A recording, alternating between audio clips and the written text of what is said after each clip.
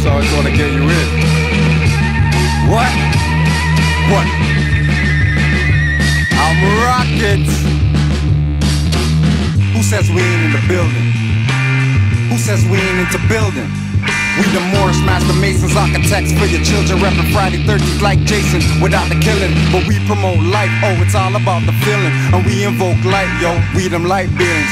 Though you might see him on the block getting his portion, might be talking to cops, giving them caution. Occasionally wearing his fez when he's walking. See the turning heads, whispering, gawking. But he's locked in, and he's zoned out while we boxed in our own house. We study the mystics, the adepts, the magi. Wisdom of the ancients can all calcify eyes. Possible mission, free mental numbness. Extract the substance, rid minds of dumbness. Use the source, don't care what some purport. As we know by being told, man knows not. Many before the floor, souls got bought. Placed in the devil's hands, ruling the seven lands. To dogma rituals, negro spirituals. Brainwash subliminal, keeps thinking to a minimal. They still criminal, in a world digital so pitiful. Mental survival so critical, it's visible. Can you see past writers' blocks? Hashtag zombies with waves of cyber thoughts. No need for cell phones, they speak through saw palms. It's nothing for alarm, chips and forearms. Wind, brass and bass, such a beautiful serenade. Women feeding me grapes, I'm feeding the in serenades. Whether the sky is clear or gray, rain when you hear it fake, giving life to seeds. Speaking through who not here today.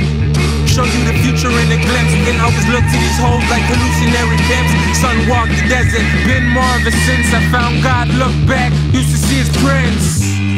Forget being a prince, I'm a G. OD, grown man, no Jody. Deny it, you don't know me. Don't make me tap into the old me. That's like a couple hundred years. Walk around town with a couple hundred peers and release the peace of up fears. The sun gon' shine, so what tears? This young brother here just trying to get his third eye clear. This deep, Moors don't sleep. Invest in your mind and body and unleash. Real life rap, spitting over tracks. Conscious thinking and living and then attack. This deep, Moors don't sleep. Invest in your mind and body and unleash. Real life rap, spitting over tracks. Conscious thinking and living and then attack. So as the moon sets, the sun takes its place at schools on blocks, inspired spots, filled spaces. Peel back, rats, who got cases? Fire stain the corridors of flemmo faces. Game changers, rule benders and no pretenders. Style lenders, channel my vibe through the vibrant optic lenses. Send a message to our veterans, soldiers up and get it in. We on our verge, we emerge subliminal beings. Third eye seeing, still a participant unwilling. They wanna break me, shape, bait, grade me. Rolling with my main G, double O-M-B. S-O-N is crazy for a minute that you think you could take me for a fool. Like a native to his land, being schooled by a foreign dude. You've mistaken me, spiders on the roof. In the dark tools, I've been saying you've mistaken me. You better move or I mark it. My weapon is my tongue, your existence to target. Revealing all lies and deceit on the market. Genocide, carry round in pockets, I knock it down, bulldozer. David to Goliath, it's an exposure. Some big cats ruling and it's getting closer to your downfall. Round up all your soldiers. Little homie, I was seeking a fortune, tired of misfortune. I just wanted a portion, everything that I never had, though I needed my portion. Blowing like porcelain, haters fragile as porcelain. Getting broke, tired of being broke. How we acquire hope is the DJ skill and some dope, just to keep us afloat. Mind as deep as the boat, brain is a lethal weapon. We want need to elope. When I speak, I provoke. Walk in the room with my aura feeling like heavy smoke. Feel like when the levee broke under my Louis fitted the semi-poke. Cause dirty cops will kill your boy, you ain't a joke. The cost of living, higher profits in private prison. These little girls are selling bodies just to pay tuition. These little niggas selling niggas just for bail condition. It's like the slavery never ended, where's the intermission? I wanna free the world, but I'm one man. A couple ones like me and make one plan. I wanna free the world, but I'm one man. A couple ones like me and one plan. Once we find our nationality and serve that nationality, we'll do for ourselves what needs to be done. Keep thinking it's games, you already know these beats kill you on camera, leave you dead in the street. You're still handcuffed and bloody, but no 911 calls. Bystander effect in full effect, so watch where y'all. Mind blowing, watching my people holding up traffic of innocent people. My people need to get their ass kicked. Marching and picketing is most cowardice and funkified, while dead bodies just multiply. Sisters killed in their cell. You claim it, tell you raised and burned down your own community, not one police station. You love pork chops, but I see no police bacon. And when it comes to revolution, most of y'all are faking. All ethnic groups in this country understand they got a nationality. Because you answer to such stupid words like Black lives don't matter, but you still claim black. Rather film someone get choked out, but won't choke back. And the one that uploads first face charges Trump's up. What you think will happen when President Trump's up? More killing and murders of stateless herds. Hoods are concentration camps now, ghettos are birds. Gun stores short on ammo, they're melting down church bells. Black seek shelter in temples where God doesn't dwell. That's why a foreigner can walk in and shoot up your service. Praying to invisible gods give you the curses. You pray to relinquish, that's none of my business. I suggest you nationalize with the quickness. I suggest you study law, stop with in your face. I see them spray the pepperish liquid, then pouring white milk on your face. I thought that milk was the devil. Some weapons drown the noise level. Poise you rebels. because you answer to such stupid words like Negro and color and black. You have The no point that I'm nationality. making, blacks are mistaken. Call them highwaymen, not cracker pigs or bacon. Taking your tax dollars and riot gear, they relaxing. Cause in a black status, don't even think about a class action. Don't even think about rights being respected without getting injected. I see you infected. Then the same ones that violate the laws you re-elected. Your vote matters more than black lives feel disrespected. Control the Negroes, looks tested and perfected. That's why about being black, I'm skeptic and left it. My people are tripping, walking with arms like panthers who got nowhere in the 60s, so that's not the answer. And black leader, race war, instigator, puppet. Teach, kill those who killed us as justice. But have they ever killed? I think not. If they did it, KSA, nobody to show. Yellow envelope, money in escrow. Accounts overseas, not in democracies, living hypocrisies. It's all de jure mockeries, bureaucracies, vampiric, but most can't hear it. It's only the attitude, the regalia is not clan spirit. Until my people wake up, your struggle for rights continue. And your children's organs end up on the elite menu. You love text but delete the messages, more send you with no status. You're in the jurisdiction and venue of the same beast system you attempt to defeat. Only as Moors will you get them on the heels of their feet. Of the same beast system you attempt to defeat. Only as Moors will you get them on the heels of your feet. The name of a people must relate them instantaneously to land, history, and culture. And anytime you call a people by their right name, anytime you call a people, name a people, and fail to relate them back to land, history, and culture, you have called them out of their name. There's no black man or black hole. There's nothing wrong with the word black. Nothing wrong with it at all. Only it doesn't relate to a country. The name of every people in the world relate to country. And once you think instantaneously of land, you think of nationality.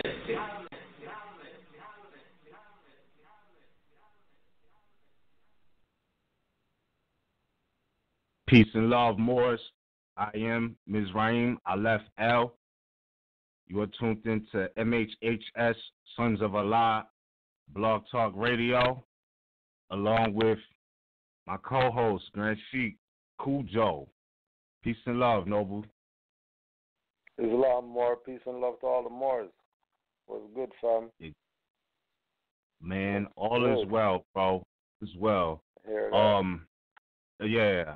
The last song, it's like it weighs more every year, every day, man. Yeah. It's like the word, and it's just so real, specifically with what's going on right now, bro. I mean, nationality is the order of the day. Order of the first day? Of life, I would say, you know? For real.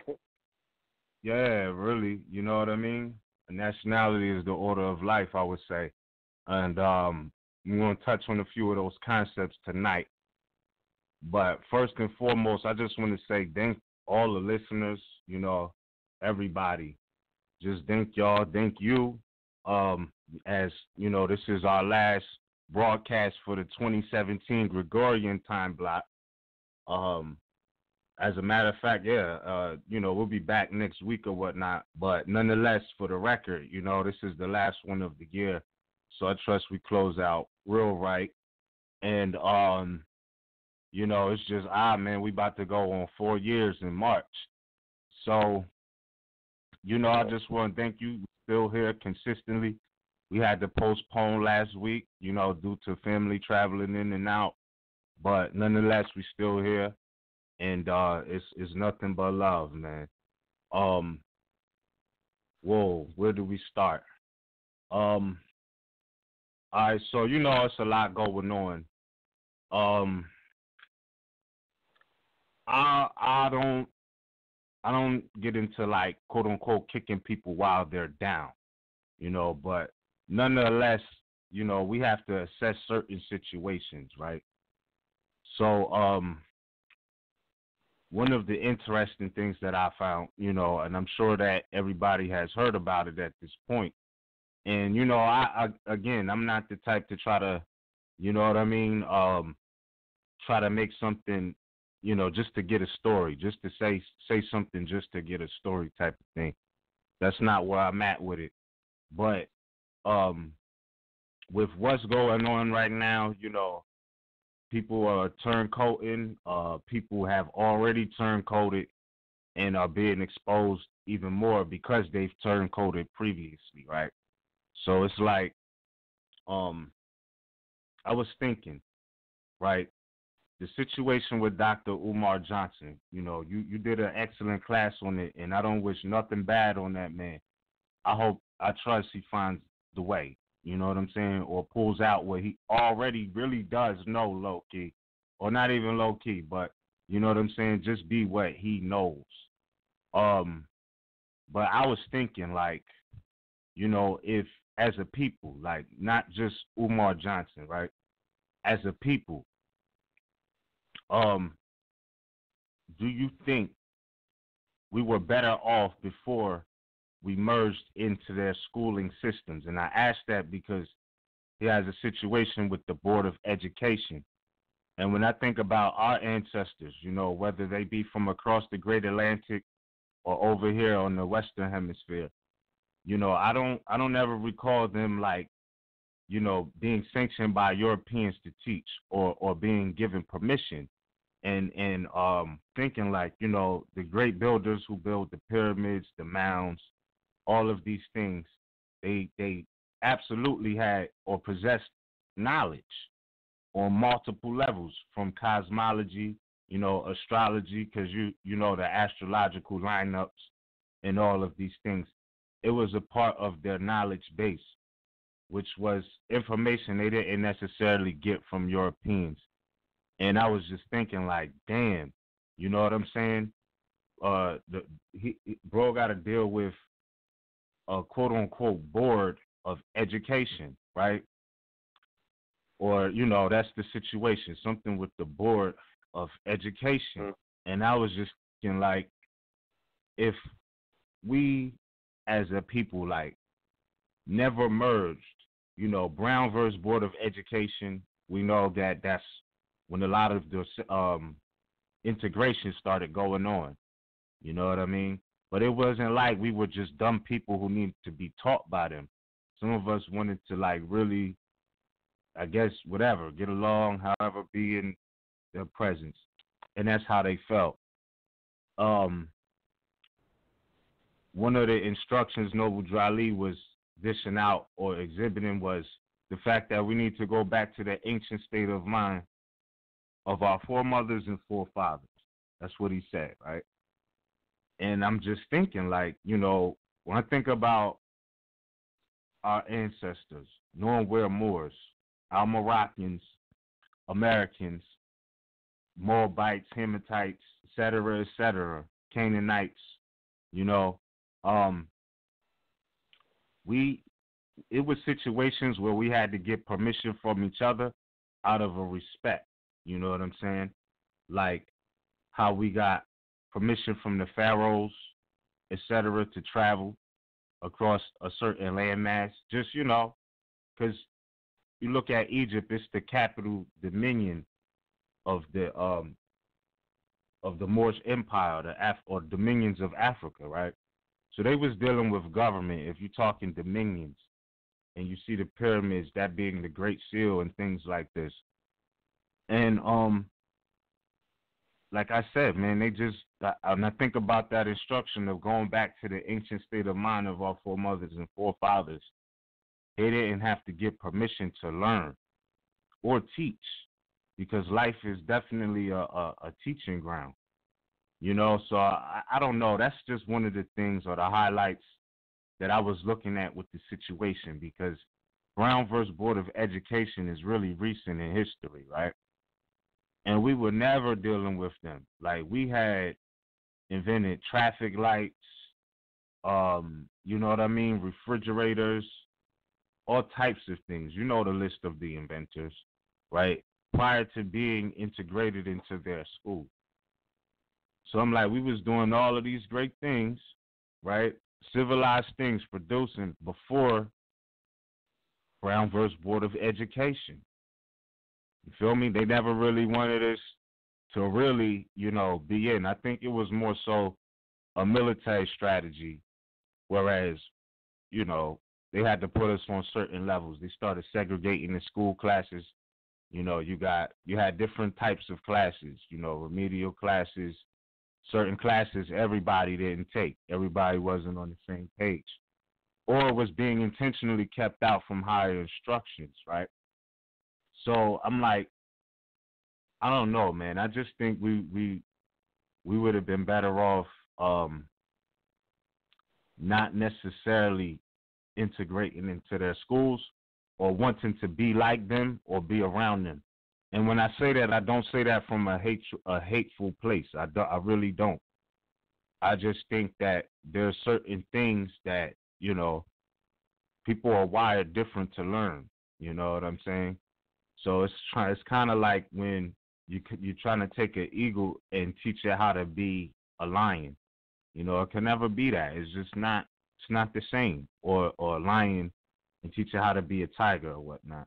It's just different. They have different characteristics, which doesn't make anyone better than the other animal or other species, right?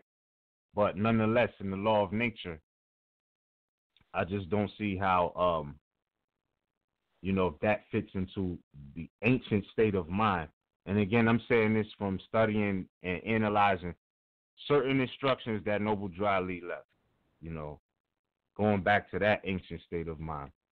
So again, we have the right to teach, we have the right to learn, to all qualities of life, like Benjamin Banneker wrote to Thomas Jefferson when he was saying that these men have the right to raise their body and mind, to that level suitable for the existence.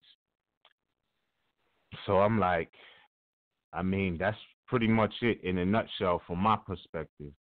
I know you went in on your class.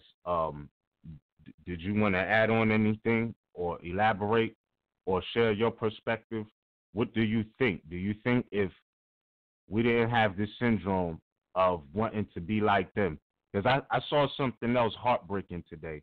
It's relatively old, but it was a sister. She took her mother to court for 600 notes. Now her mother is dark skinned, like beautiful brown skin, and her father was light skinned, so she came out a little light skinned based off of, right, this is parents when you see them, like her daughter is light skinned and her mother is dark skinned, but she hates herself because she hates her mother too, right? And she's like, yo, my mother was too dark. You know what I'm saying? So coming up, I always had problems or whatever, and it was just some ignorant stuff I couldn't even, continue to process. Like, I just couldn't believe that this is what the attitude was. So I was like, damn, you feel me? Like, they're in court, and, the Magi is like, you got to be crazy, right? So she's like, yeah, she messed up my job. She ruined my life because she wanted to be accepted by Europeans. So everything she did was from a European, like trying to impress the European. And her mother having dark skin, she seen that as an embarrassment to herself. That's the type of mentalities that really do exist. And it's sad, based off of the skin complexion, right? Her own mother. And, you know, she basically she just wanted to pass for a European, like not even on the level where Moors is like, you know, we're free white persons. That not you know, that doesn't mean that we're saying we want to be Europeans or that we are European or whatnot. We're saying they stole a title, right?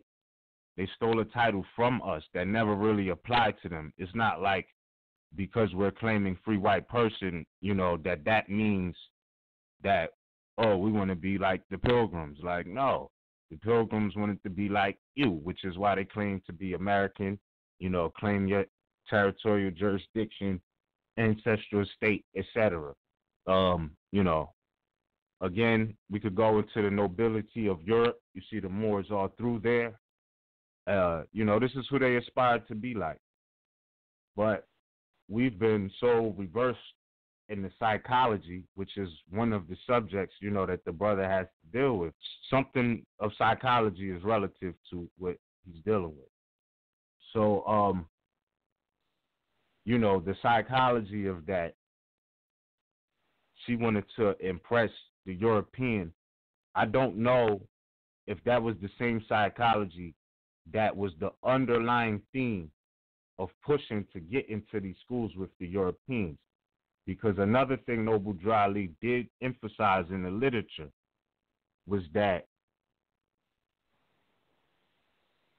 the excuse me, hold on, what did he say? The fool, the one who goes to college is a fool right on. Like, and the longer he stays in the college, he'll defend, or the school, he'll defend jumping through the hoops. Pardon me for I'm paraphrasing that. But you know what I'm talking about, correct? When he was talking about right. this, yeah, right. So I'm thinking and looking at all of this, right? And I'm like, yo, it is a fact. We definitely do need our own institution, because we don't necessarily have to have, quote unquote, the credentials for a curriculum that is designed specifically to keep our people behind. Like, and I'm saying that from experience. I remember being in high school, turning in homework, and they wouldn't accept it. You know what I mean? They're like, this is above our curriculum, because, you know, we talking Moors, everything. And they wouldn't give me no credit. They wouldn't take any away. It was like, it was just a stalemate. So I'm like, damn, this is crazy. But they had to keep it 1,000 and just say, look, you know, they pulled me to the side and told me, you know, teacher told me, like, you know, we can't grade it because it's above our curriculum. So I'm like, at that moment, I knew the school system was a joke. Like, I knew that. And, you know, again, this is not bashing him. I'm just saying, analyzing it. What's your thoughts, you know, on teaching the relativeness of Brown versus Board of Education? And do you think we had somewhat of the syndrome of the girl who didn't like her mother, thus wanted to impress and be around and be accepted by Europeans while denouncing her own? Well, I think that the syndrome itself, too, is the hate for having your own. That you have the opportunity to have your own, but you choose other than that.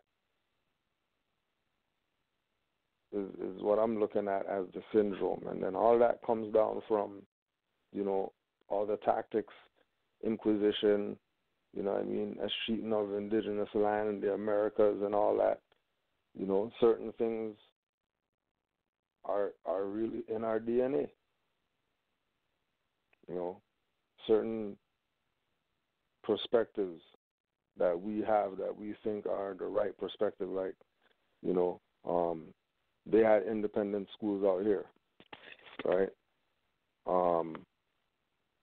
Amlakawi Betaseb, Umoja, Senatuba Higher Learning. Like these were quote unquote Afrocentric schools, independent. It was running out of a house or out of a, you know, whatever. It was the conscious people's own school. Like teachers who look like us. They're on the same mind frame that we're on. They're on the same diet that we're on. You know what I mean? No reason to not have your child in those schools. Right? Some Boule Negro had a brilliant idea of there being Afrocentric school that's not run by the people, that's run by the fraud. And people literally took their children out of the independent school and put them into, quote unquote, the cracker school. Now there's no independent schools. Now because some Europeans, because our own don't have their priorities in order. You know, right. Like I was dealing with a Moor and I was telling them about, you know, you're not gonna get, if you're claiming that, you know, we're gonna get something done and we have to get something done, you're not getting the help from these people around you are learning and studying or whatever. Their help isn't really the help. You know, the help, especially if you're talking financial, it has to come from people who are financially able to do that. It can't be people who are downtrodden and then you're mad at them for not supporting or whatever. All these things are coming back to, you know, the trauma. That I can't remember who it was that said it, but they were just making the connection that, you know, yeah, we did all these great things or whatever. The BS that we went through as a people, like we never had a counseling session with self about all our BS. Word. We always have some middleman in our stuff. Everybody else, they're going to face off with each other face to face and do whatever. Comes our people, they always need a middleman in their stuff. They always need some guy to, you know, give them the degree so they can say they're a psychologist. They have to have the bar card to be someone who owns a law dictionary.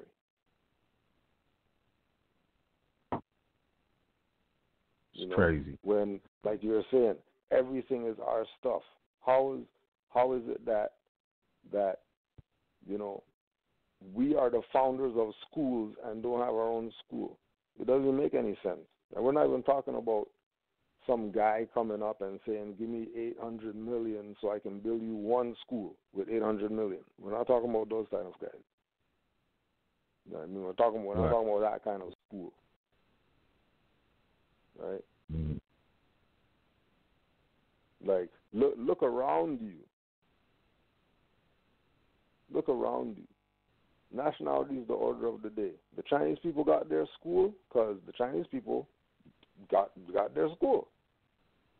There was some middleman or whatever. Chinese businessman, whether it's legal or illegal business, sees there's a way to better his community and he puts up his 1 point whatever million. Just give me a little plaque on the wall and I'm good. Word. Come to our people, or you're pulling teeth to get $10 off somebody. Yeah. That's you know, they're given the finance for something that's going to benefit them. It's not that they're paying for something they're not going to get benefit from. Right. But priorities are all messed up. Why? Because of the trauma that we never dealt with, the counseling, the one-on-one that we never did with self. Yeah. Really realizing that, stuff is really messed up because we haven't dealt with self.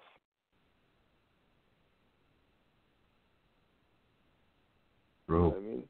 Everybody has, work to do with regard to fixing self.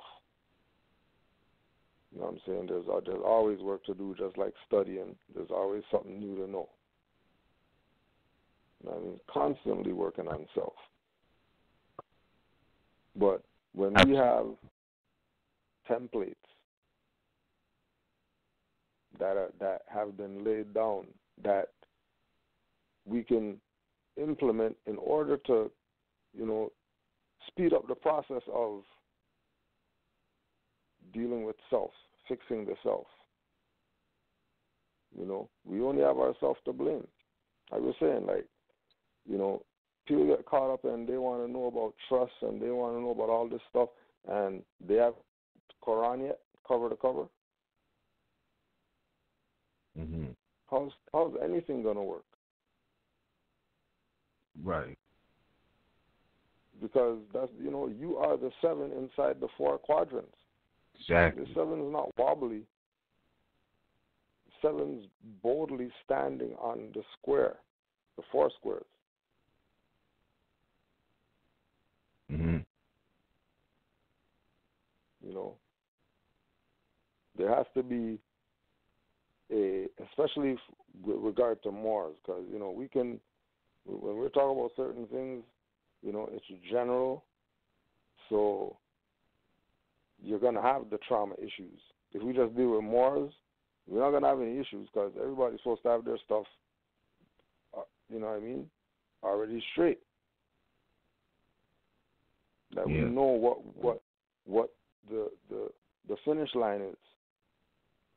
We're not trying to find our way on some path, cutting grass and stuff like that. Like, paths already made for us to just walk. Right. Absolutely. And on that same note, this is why I think, it is definitely imperative to study thrice times, or really 4 times, but compared to these schools, right? Like, there's so much open history in North America. Like, you can literally go places and be in school. Like, really, though. So my thing is, like, at this point in time, like, all the European, I'm not knocking anybody, you know what I mean?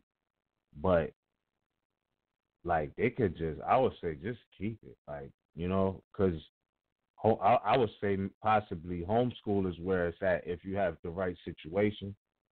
It's a lot of institutions where these children can learn more in, a year than they will learn, in 5 years going to the public school system, So I don't know. I just want to say that, too, for anybody who was leaning on that. Like, there's also, but then again, what you're going to teach at home if you don't know anything? So it would have to be right. It comes back to that same thing. You know what I mean? Yeah. It comes back to that same thing that, yourself got to be straight. Yeah. For real. You know what I mean? Because, at the rate that it's going, womb's not really doing the job as far as teaching in the womb. You know what I mean? Like, we're coming out the womb damaged mentally. Yeah. We're coming out the womb with work to do when we should be coming out complete to be able to do the work. That's really supposed to benefit everybody. You know, this is why again I was telling some Moors the other day that, man, we're going out here and we're getting, you know what I mean, we're having a hard time trying to forget elders or old people or your age and up people. Put youths on this. Put children on this info. Mm-hmm. Right? Give them the building blocks to build something. Because it's crazy right now. You know, we know that this knowledge is really what it's about. Like when we even go back into the history of the Moors or whatever, it's all about knowledge. It's all about having the light. You know, half these Moors who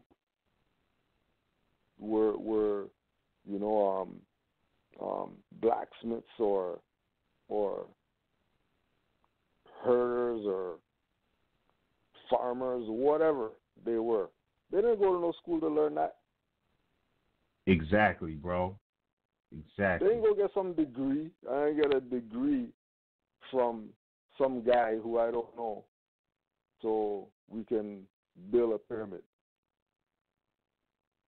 Oh, yeah, we have to build the Temple of Luxor, so we're going to go over here to these people who live in huts and stuff like that to get them to give us a degree so we could build some Temple of Luxor. And it goes back to the same thing. Like, you know, we had it already. You know what I'm saying? Like, I was a key holder for the Marcus Garvey Center. That would have been a university. You know what I mean? But ain't some European that made that thing fall. There's not some European that made all these quote-unquote Afrocentric schools not be around anymore.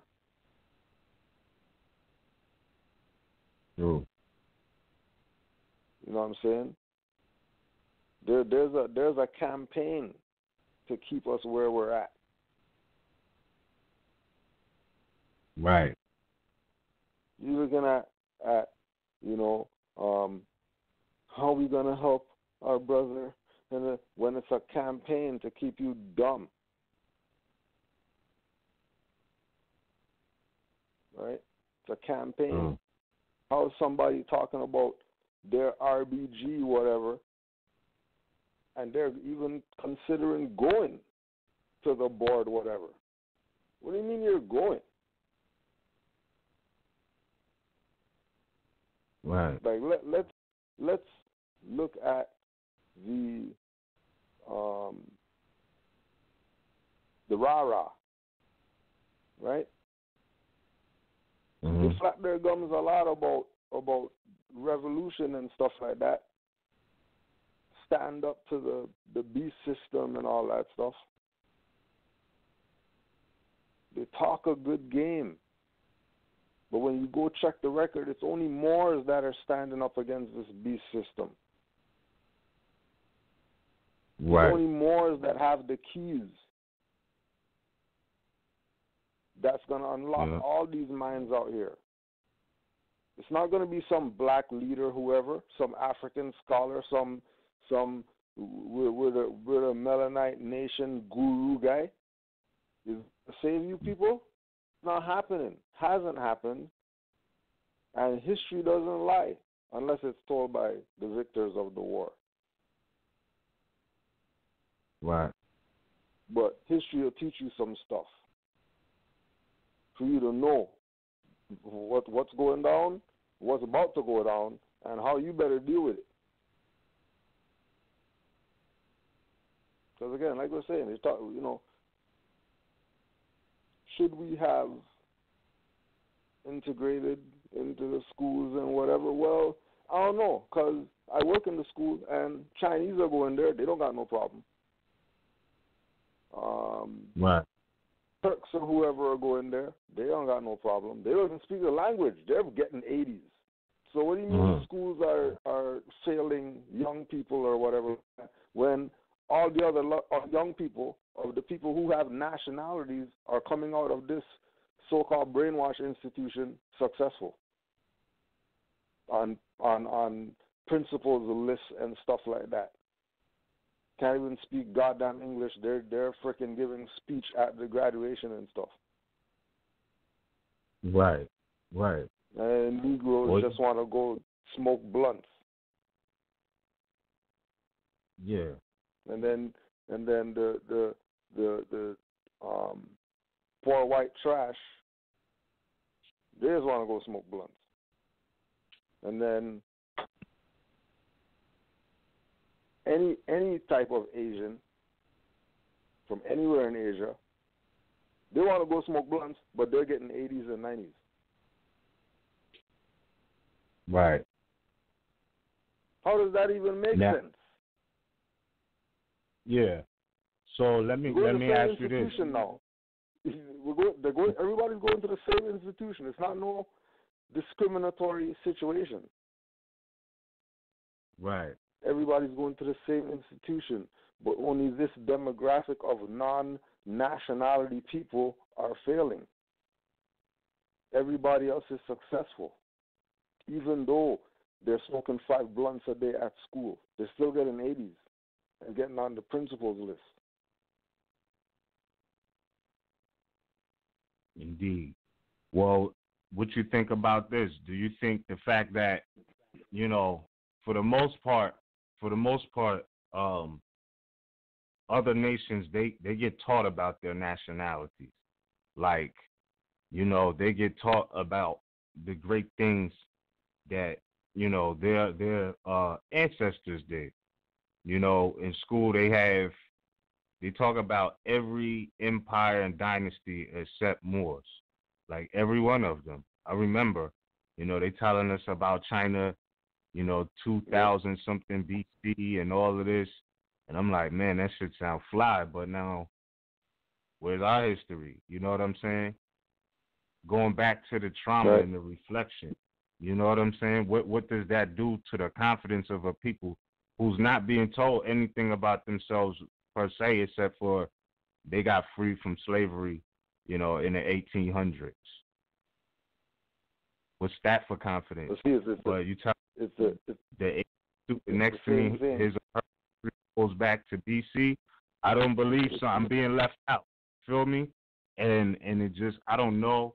I think maybe it could. I'm not professing to be a psychologist, but that could subconsciously take a part on why this specific non-nationality group is failing, because they're not learning about nothing about their nationality except for, you know what I'm saying, post 1865, really. Right. Hear a little bit about. But then the reality is that they're supposed to be teaching themselves that. Exactly. You know what I mean? So everybody else is coming in the door with their stuff already in them already. And then we're going on some expecting to get something out or whatever, when everybody who's going in, they're not expecting to get anything out. They're already going in with everything. All they're doing is fine-tuning, and then they're out of there. Right. True. You know what I mean? They're not going through the grueling that we're going through to be somebody coming out of those institutions. They're going in somebody already. They're just fine-tuning. Exactly. And therein lies a big difference, because now you're talking about self-confidence, self-esteem, self-pride, race pride, if you will. Well, that's what Noble Dry Lee said, for those who have race pride. That shit is nothing to be proud of when all you're being told is that you just got free in 1860-something. I don't see how that could instill a pride or, something to be proud of. It's something to seem excited about now, like, oh, well, now we're equal. I'm here with you, and you're Irish or you're, Chinese or whatever. But shit, they telling me about you in, BC timelines. All I know about me is the 1800s. It is a big difference. Yes. So, I mean, they have to, the history, the heritage and the history is a key element. And if they was to tell our story, I mean, come on, like it. You know how many.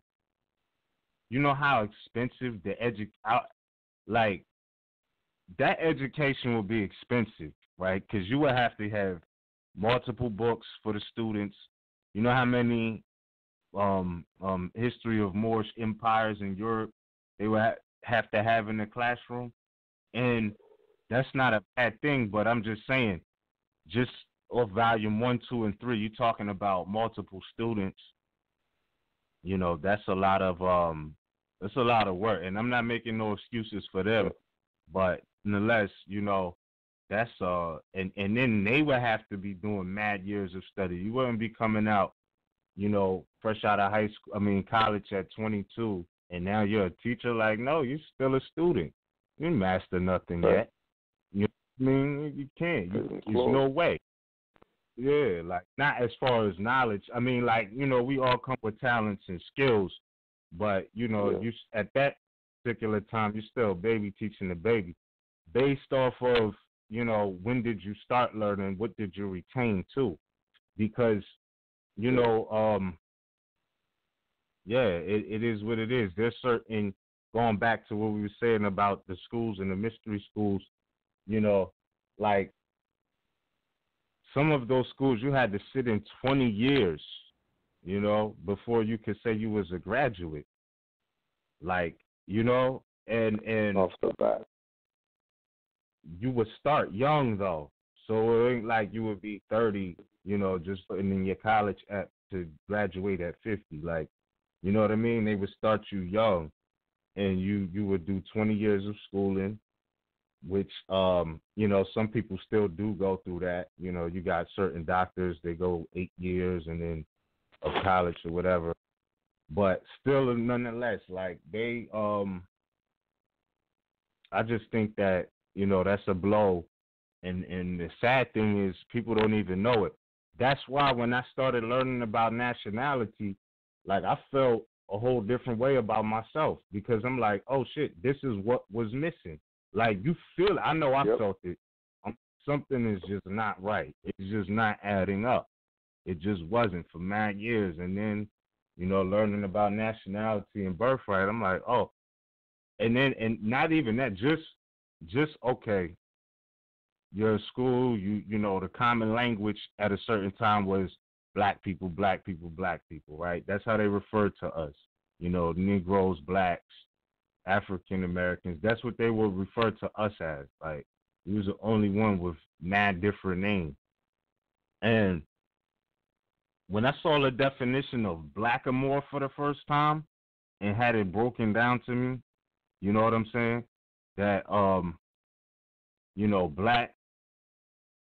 Oh, Cool Joe Dry, he should be back on. But when I had it broken down to me, like that black is an adjective, and you could clearly see in the language, like in the brackets, that's how they were referring to it in lowercase letters, not in all, not capitalized like a proper noun. I'm like, yo, this is crazy. And this was off the same dictionary that was on the high school shelf. You know what I'm saying? So it's like all that information, you just got to hit the books and really, really soak up and absorb that. But hold up. Hold up. Yeah, Peace, Noble, you there? Yeah, I'm here, man. True. Cool. Yes, that's crazy. But I was just saying, when I first saw the definition of blackamoor in the dictionary, and they was breaking it down how black is not a proper noun, but Moor is, and how black is the adjective, Moor is the proper noun, and it's right there in front of your face. And these are the same, high school / collegiate dictionaries that are on the shelves in some high schools, and you like, they never told us about this? Like, why they didn't tell us about this? Like, why wasn't this attached to history class? Who were they? You know what I mean? And then, for me, it was just easier to be like, oh, yeah, okay, well, based off of this, I know for a fact we're not black. It's right here. It's the description. It's the adjective. It's a rat.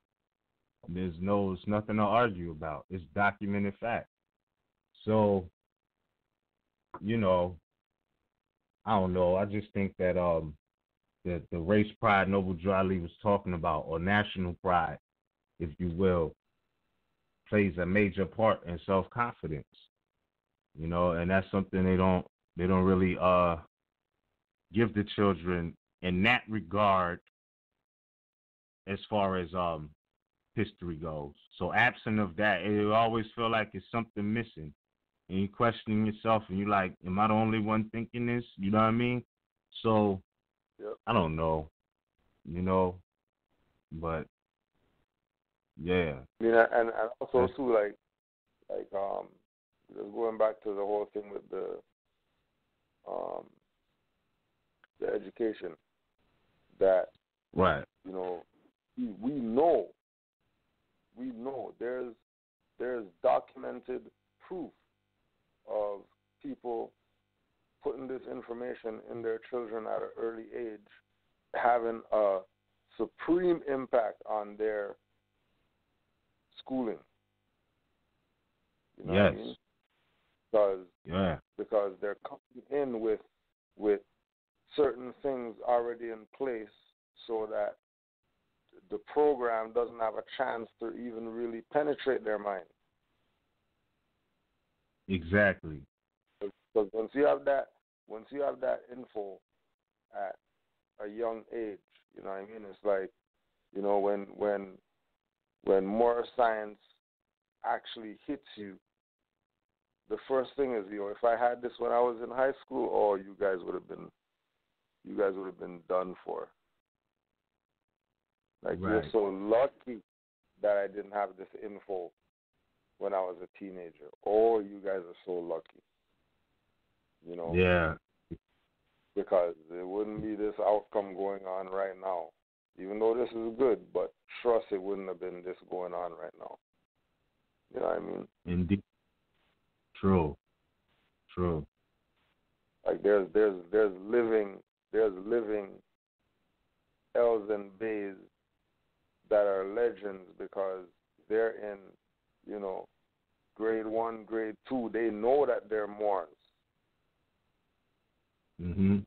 Those are living legends. Yeah. Facts. A little brother or sister knows about their nationality and birthright. They're going to school, feathers up, serving up, or whatever. They're not playing that black stuff. They're not playing the Black History Month. They're not playing none of that. You know? Right. It's a different world. Yeah. It's a different world. It has to be. Like it has to. Yeah, we see it as a different world with our finite, concretized adult minds. What are they seeing as Moors? Right. Like, what's a child seeing as a Moor? You know what I mean? Right. How broad is his perspective? Like, when we look at our perspective as adults, you know what I mean? Mhm.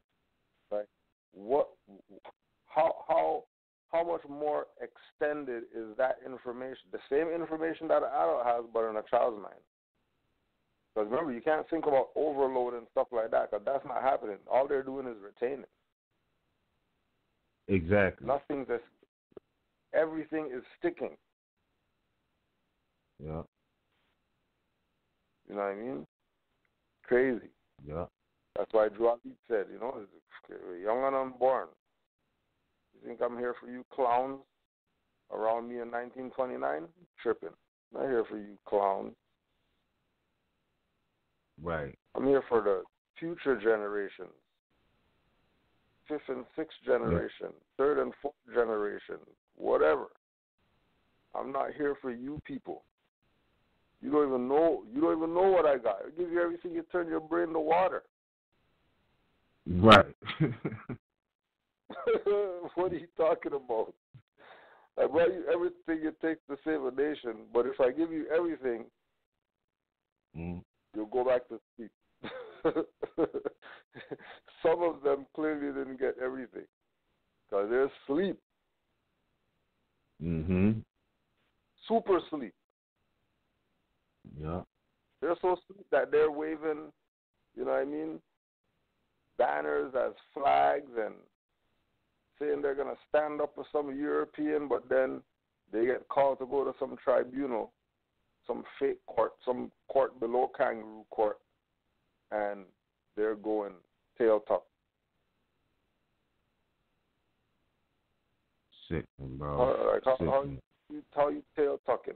How you the founder of psychology? These people rep their ancient African whoever's that founded always some black guy founded something. Well, black guys founded some education. Black guys founded some psychology. And they have the audacity to step to you, the father,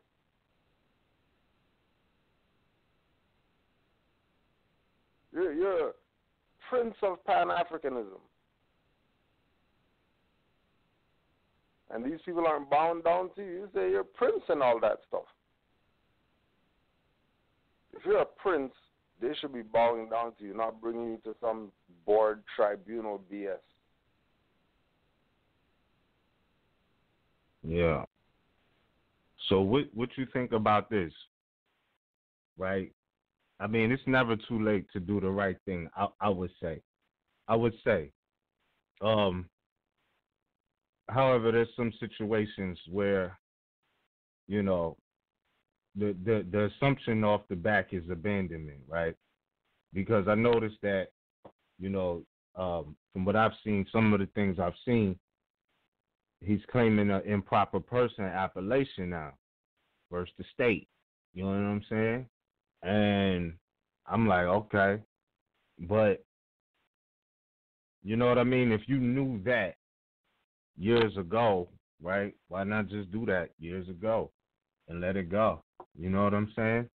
But like I said, man, I just hope whatever come out of it, like, you know, I don't want to see us take L's in nobody's boardroom, tribunal, courtroom, in life, period, bro. Like, I just don't want to see that, especially when it comes to the Europeans. You know what I'm saying? Whether right, wrong, or indifferent, I mean, you said it best in your class.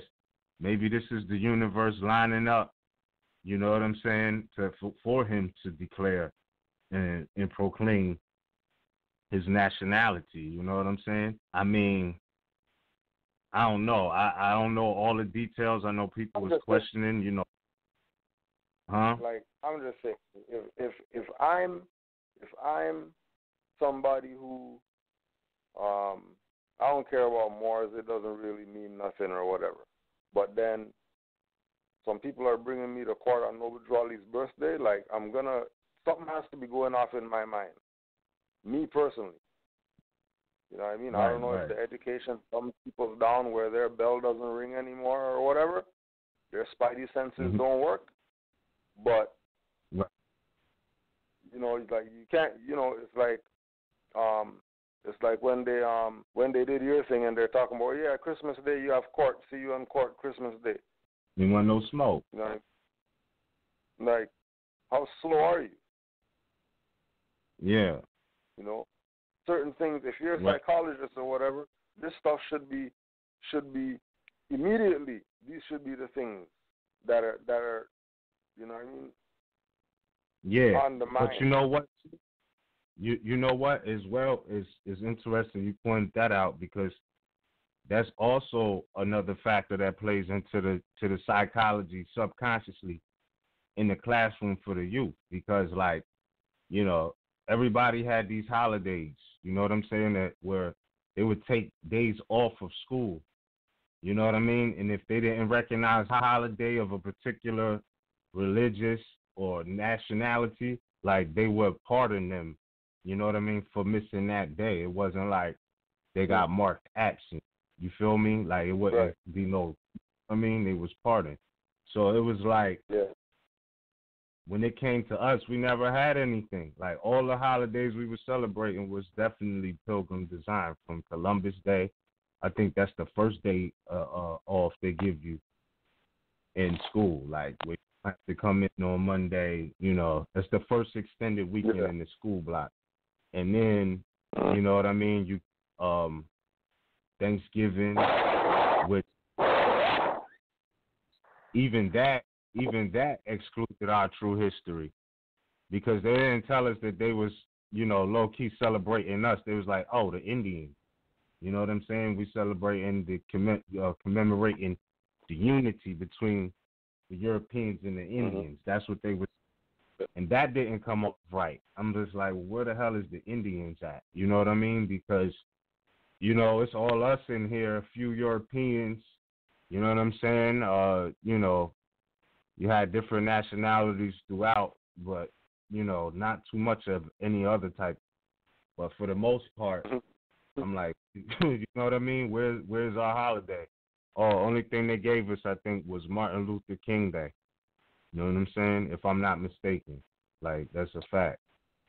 And then we didn't really have anything else. And then the so-called Black History Month, all of that was modern. Like, you know what I'm saying? It wasn't teaching about, who built the pyramids and things like that, or Moors, or the information that's in J.A. Rogers' Sex and Race and things like that. They weren't teaching that.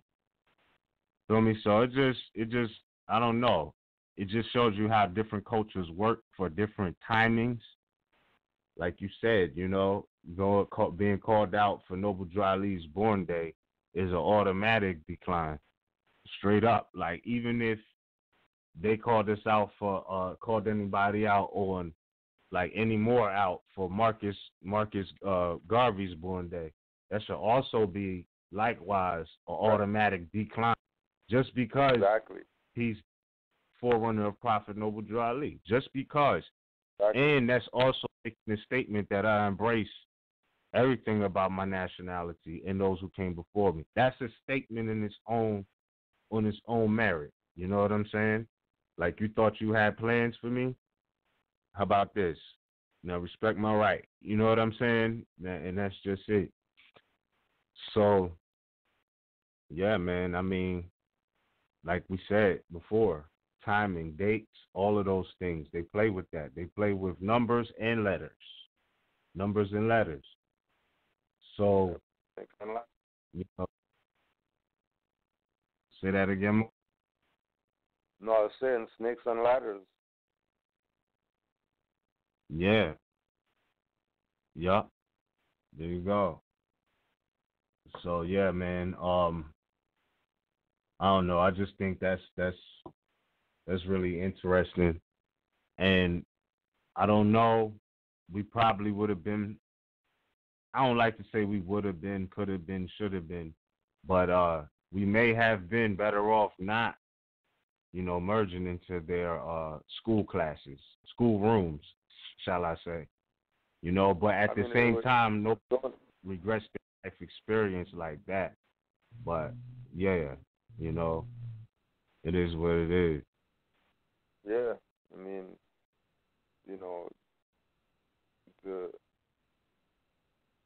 the concept is still alive and well. It's just implementation. Yeah. Right. Right. People who lose faith in the idea. Just like when they have they're debating, is this guy a good fit for this team or whatever like that? Like, you gotta give up something to get. You have to realize what, who's gonna sacrifice. Somebody's gonna have to sacrifice. Like, that's guaranteed. Who's gonna be the sacrificial lamb? You know what I'm saying? Right, and again, like when we look at the work that Moors have put in with regard to doing their best to get people to be the school themselves. So you're not relying on any out or external, entity for things relative to your education. Things relative to your intellectual capacity to be you that's behind that wheel. You don't want a drunk driver behind the wheel of your stuff. Right. You know what I mean? It might be cool to hit the brakes and do the donut and stuff like that, but you know, you mess up springs and shocks and stuff like that way. Kill your brakes, you hurt the thing. You know what I mean? So like when we as a people realize the prophetic words of the young and unborn, and always doing our best to make sure that the ones that are coming up behind, they have something to work with. Make sure they got something to work with. Because that's also a big part of, you know what I mean, the issue. Like when we were dealing with the whole right to travel and little Asiatic jumped in the truck, did their little stuff. You know? If you get one of our children that age, you know, I don't think it's going to go according to the other national. You know? Yeah. Well, that's applied to those who are not claiming the nationality. I mean, I know we're the heirs apparent, or you know, the concept of heir apparent. Excuse me, but nonetheless, you know, like I think we probably one of the most recent people to come out of it. We talking 1865. I mean, some of us. I mean, because, you know, it's still the paper, you know, bureaucratic servitude, slavery, however you like to express that, right? Yeah. That is still going on. You know what I mean? But as far as, like, how conditions were in certain cases, without being, you know, duly convicted, they just arbitrarily, you know what I mean, do stuff to you type of thing. You know what I mean? Like, I think we the most recent to come out of it. Allegedly. You know what I'm saying? Allegedly. Because we know that, Europeans was just getting emancipated around the same time. Noble Dryly already made it clear that every nation has suffered slavery. Surprise, surprise, right? So we know this. But nonetheless, you know, I mean, it's just like, in certain cases, it's like people are still at the hands of the quote-unquote oppressor. And I hate saying it like that because I'm not the one to be like, yo, I want to blame our condition on somebody else. Like, I don't like that, but I'm analyzing, you know, certain realities. Like, yo, there's people who are still pushing those buttons. Present day, it is the truth. You know what I mean? And they created their illegal institutions. They call them municipal courts and all of that. You know what I mean? And they are who they said they are. They're municipal. They're Romans, acting as if they have authority on American soil. So how about that one? You feel me? They didn't teach us that in school. They didn't teach that about the Roman Empire. You know what I'm saying? That they actually still exist in a de facto level today. And there's Englishmen and other people working with them, you know. So knowing about nationality, all of that starts playing a part, you know. And all we're saying is that, we know for the most part, because, look, you can't even, present day, it's like you can barely even start a family without knowing, like, yo, you know what I'm saying? The pilgrims are going to try to have their hand in what it is that you're doing. Period. You know what I'm saying? Whether some way. You know what I'm saying? Starting with the quote-unquote birth certificate, they're trying to make a connection, a joinder. That's what they're trying to do. So, you know what I mean? And to the point, it's like some of the same practices. I still can't believe that. I mean, I can believe it, but the 21st century. I mean, the sister, she named her child Messiah or gave him the appellation Messiah at birth. Like she put it on the birth certificate, and the magistrate was like, nah, you know what I mean? Like, you got to change his name. Now, she eventually got that overturned, you know what I'm saying? Because that's just blatant, obvious master-slave relationship shit. Like, that's what she was doing. And she blamed it on, oh, well, you know, in Tennessee, you know, it's going to put him at odds because there's a lot of Christians around here. And, you know, it might put him at odds with others. So change his name to Martin. Like, what? You know what I'm saying? Like, 21st century. Really. And we know it's things worse than that, but that's what's implanted in her DNA. So they don't want to see that. You know what I'm saying? That gets them shook. And not that it's our problem. That's something within them because they realize you have something back that they thought they took from you. You know what I'm saying? Which is your appellation. Like one of your ancestral appellations at that, hands down.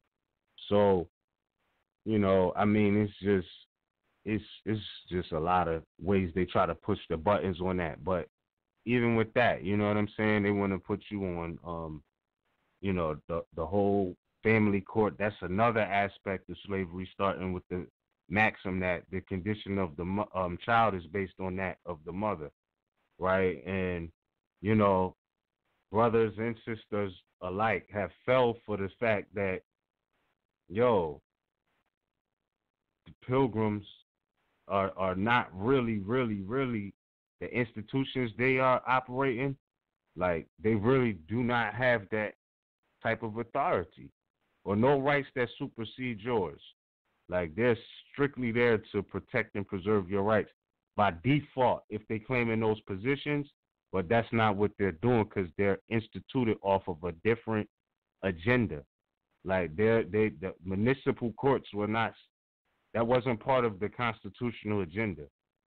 It's obvious. Municipal Roman has nothing to do with the law of American land. This is not Italy. This is not Rome.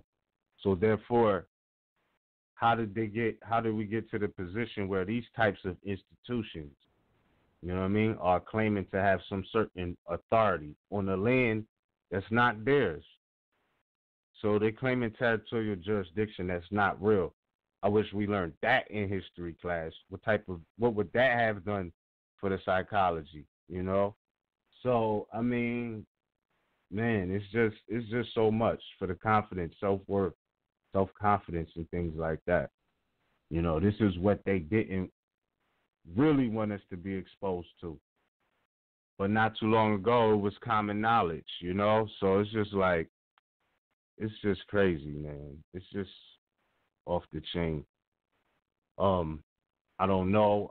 Again, like I said, I don't want to continuously be like, oh, it's the Pilgrims' fault while we're down. We do have the opportunity to get where we need to be. You know, some of us are. Others are trying to put us back into slavery, like Noble Drew Ali said. That was a prophecy fulfilled.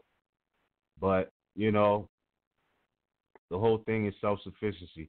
And I say this, you know, everybody complaining about the quote-unquote government and all of this.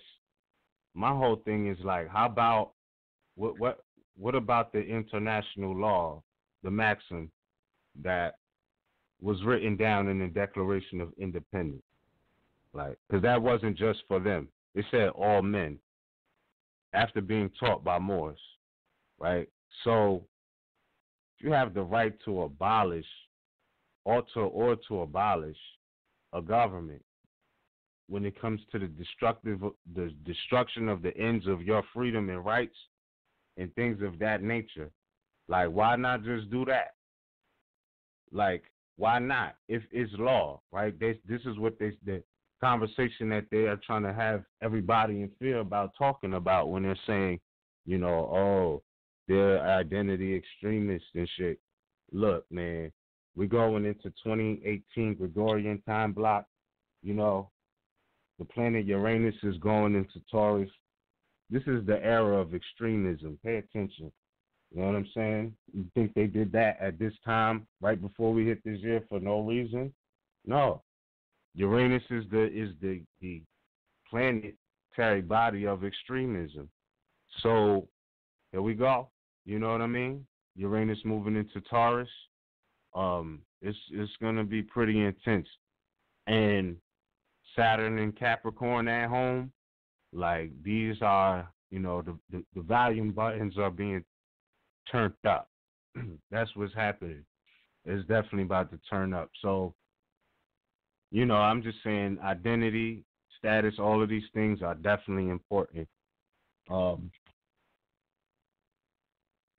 then, excuse me, and with that, I give the floor for right now. Yeah, just on the thing too. You know, just like you're talking about with things lining up, there's no way that they're bringing you to court on Noble Drew Ali's birthday and you're not using that as an out. Because again, it also goes to the competency of the people are chasing behind. You know, they have the idea, they're under the illusion that nationality doesn't matter. When he goes through the tribunal or whatever and then they drop everything, nationality is going to not matter so much more for these people. Even though they've been told. You know, even though Moors have gone on the record and showed them how important nationality is, that it really could save your life for real. It really could save your life. Nationality. Because it's already done that for people. You know, and we do it out of, you know what I mean, jokes. Because they're not taking none of this stuff serious. Right? Because it's ultimately a mockery that they're making of our people when they play these little games. Ultimately, they're putting our people on the grandstand, using one individual to represent all our people and doing whatever it is that they do. And that represents them doing whatever they do to our people. And again, it takes the one going through the fire to do something about it. You know. Yeah. If you're not Shadrach and them, you should be trying to get out the fire. You shouldn't be lounging in the fire. Right. Because people are being used as examples now. People are being used as representation. Why? Because everybody's colored. So you can't be presented, but you could be represented. You have every type of show representing, you know, a particular type of our kind of people. Music for a particular type of our kind of people. Sports, particular type of our kind of people. Everybody else, they're not playing around with how much stars China had in the NBA. How come it's only Asiatics up in there running up and down the place? Mm-hmm. You know, again, the same belonging thing that you're talking about. They could have their own league, but they don't want to do that. They want to belong to the Europeans' creation. Yeah. Yeah. That's crazy. Just like we could have our own food. But we don't want that. This is why, again, you know, this whole concept of give me money and I'll build a school for you guys and whatever like that. You go talk to any Moor, they got a school at their house. Fact. Based on and the information they have at their house. That's a school. Probably teach you more stuff than half these schools out here that been around. They got the cornerstone talking about we've been here since 1800 or whatever. Teaching freaking nothing. Say that. Right? And you know what? I'm talking with you. You know what I mean? And you know, again, we have them taking that information in their school, in their house or whatever like that, teach their children go out there and be successful. You know what I mean? Yeah. And then you know how it works in other societies is that the children go be successful so they can take care of the parents. So the parents don't need to go into a home and stuff like that. Right. Because it's a like that. It's a give and take. You know what I mean? Like, you're not gonna, mom took care of me all my life, and then you're an adult, and then you put her in a home. Right. So, and then it's one of those homes where they're kicking the elders and stuff like that. You know, got them on the wheelchair, pushing them down the stairs and stuff instead of taking the elevator. Exactly. And then they bring in racist stuff about that. Oh yeah, because they're black, that's why that happens. And you know, it's always the black elders that get abused in these homes. How about stop putting them in there and they won't get abused anymore? Opposed to wanting the abusing people to stop abusing people. Right. How about instead of, you know, like watching, get active in certain things relative to younger people getting this information so they don't have to go through the BS.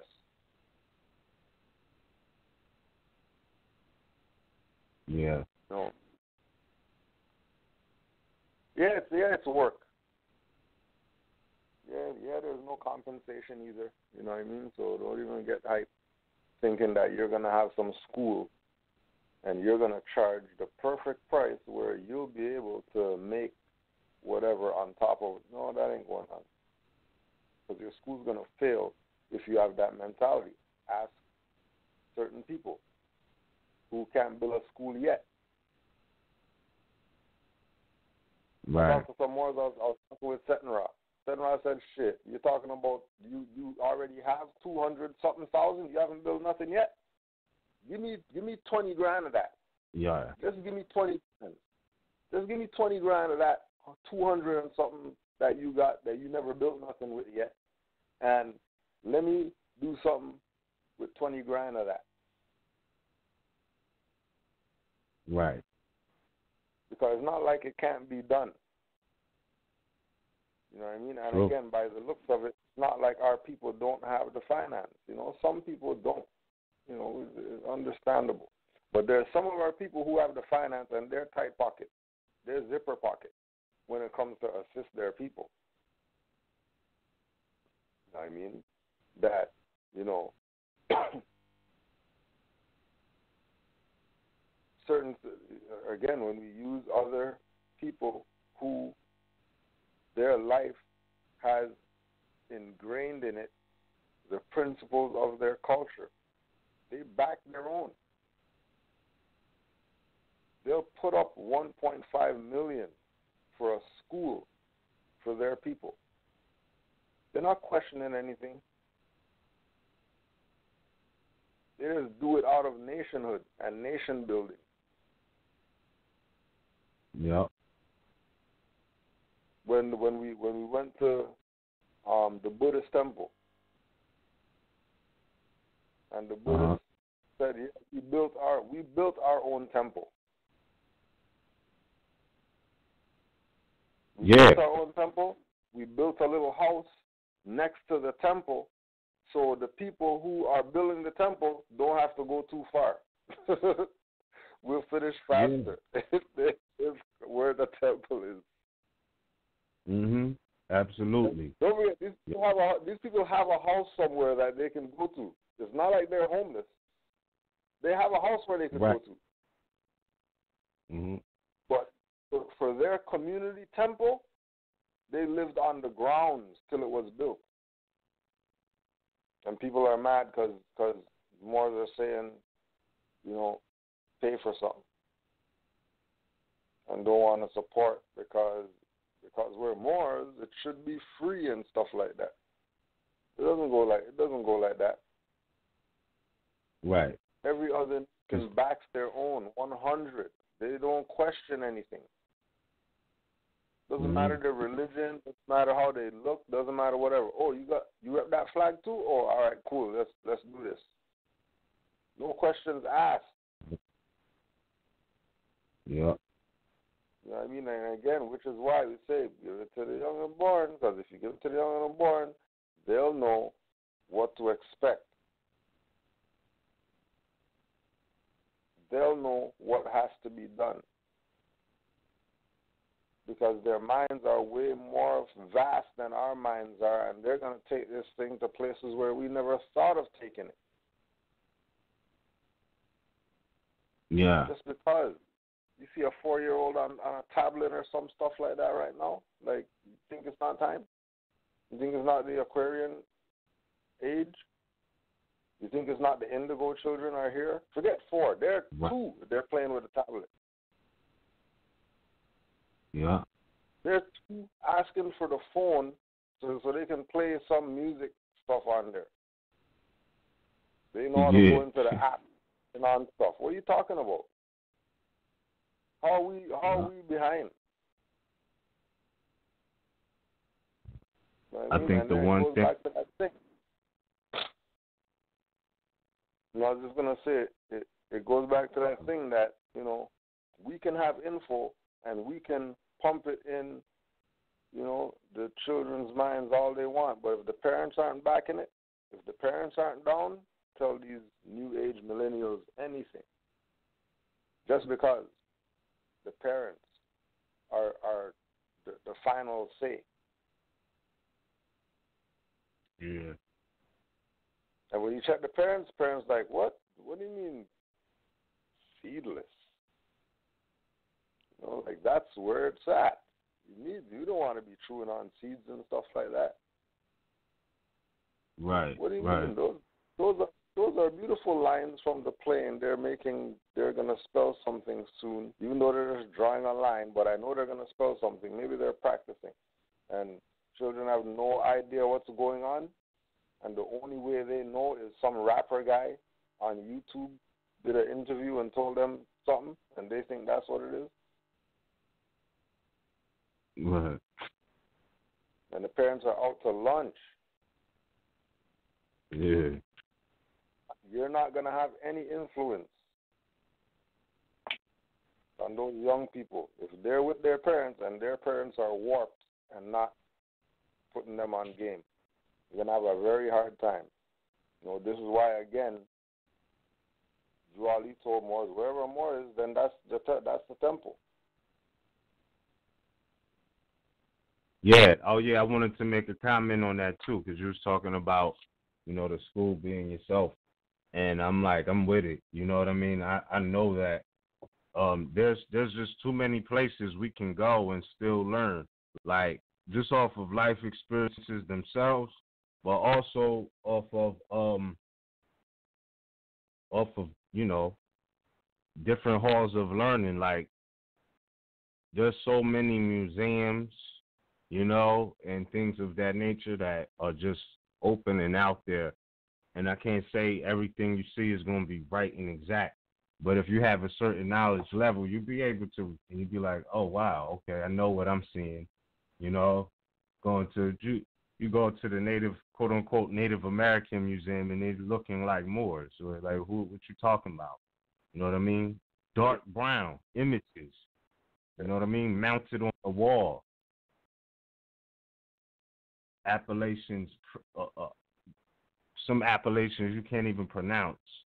You know what I mean? And their images, the imagery is dark brown, like just like us.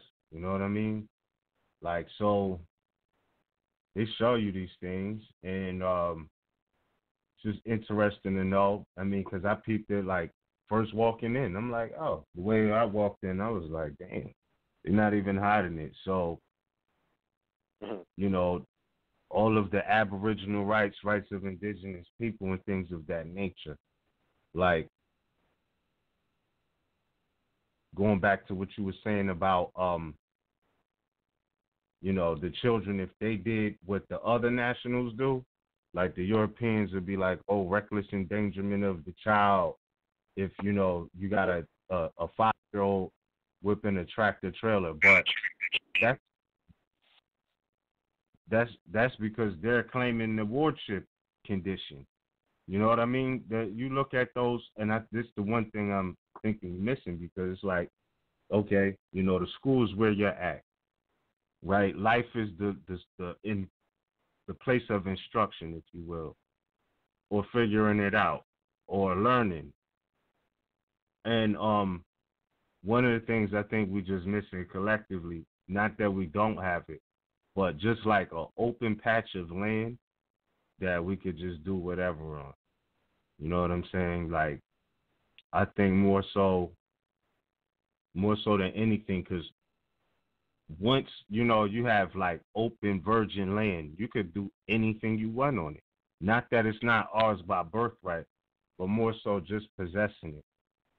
You know what I mean? You can build whatever. And, you know, they say, oh, these regulations, you can't build this high and all of this. You know what I mean? Once it's built, it's built. You know what I mean? And we could take examples. I know people say, well, look what they did to York and Dr. York and all of that. You know, but that is what it was. You know what I mean? And I'm just saying that more so, I think it's an importance in possessing land more than anything. And notice I said possession, like we are the true possessors, but some of us are out of possession, you know? So I think that's what it's about. If we're talking foundation, you know? So, yeah, more. Saying that, like, even though you're saying that, like, when they look at the whole Dr. York with the land, you know, like, what he did was absolutely brilliant. Mm-hmm. Like, what he did shut these people down.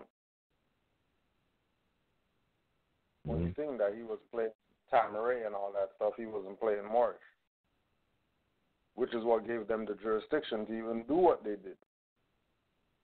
You can't. How is it that they're able to drive onto the land? If that was governmental, you have muftis at the gate. These guys not coming in anywhere. Right. That would have been an embassy. You know, because remember, they're talking about their Liberian and all that stuff. He's a Liberian diplomat and whatever. So that would have been an embassy, a Liberian embassy in the U.S. But they weren't running. They were just talking like they were governmental or whatever. They weren't doing governmental anything. They were playing organization. Right. You know, they weren't living up to the standard. It's no different than, you know, with NOI. Hey, you know, Fruits of Islam and Muslim girls training and all that. It sure looks good, but all those people are stateless. They're just marching around. That's not having no effect on anything. It's enticing to the eyes, but what's the real function of it? Yeah. And again, if they're saying flags and they're saying all this stuff, then that means they're government. Well, how come they're not exercising as such? Mhm. You know. Right. Again, it's like the same thing with Dr. York. Like you're gonna claim the land and all that, but then you're gonna say Tamaray. You're not gonna say Aboriginal, Indigenous, and all that. Right. Like you have the land.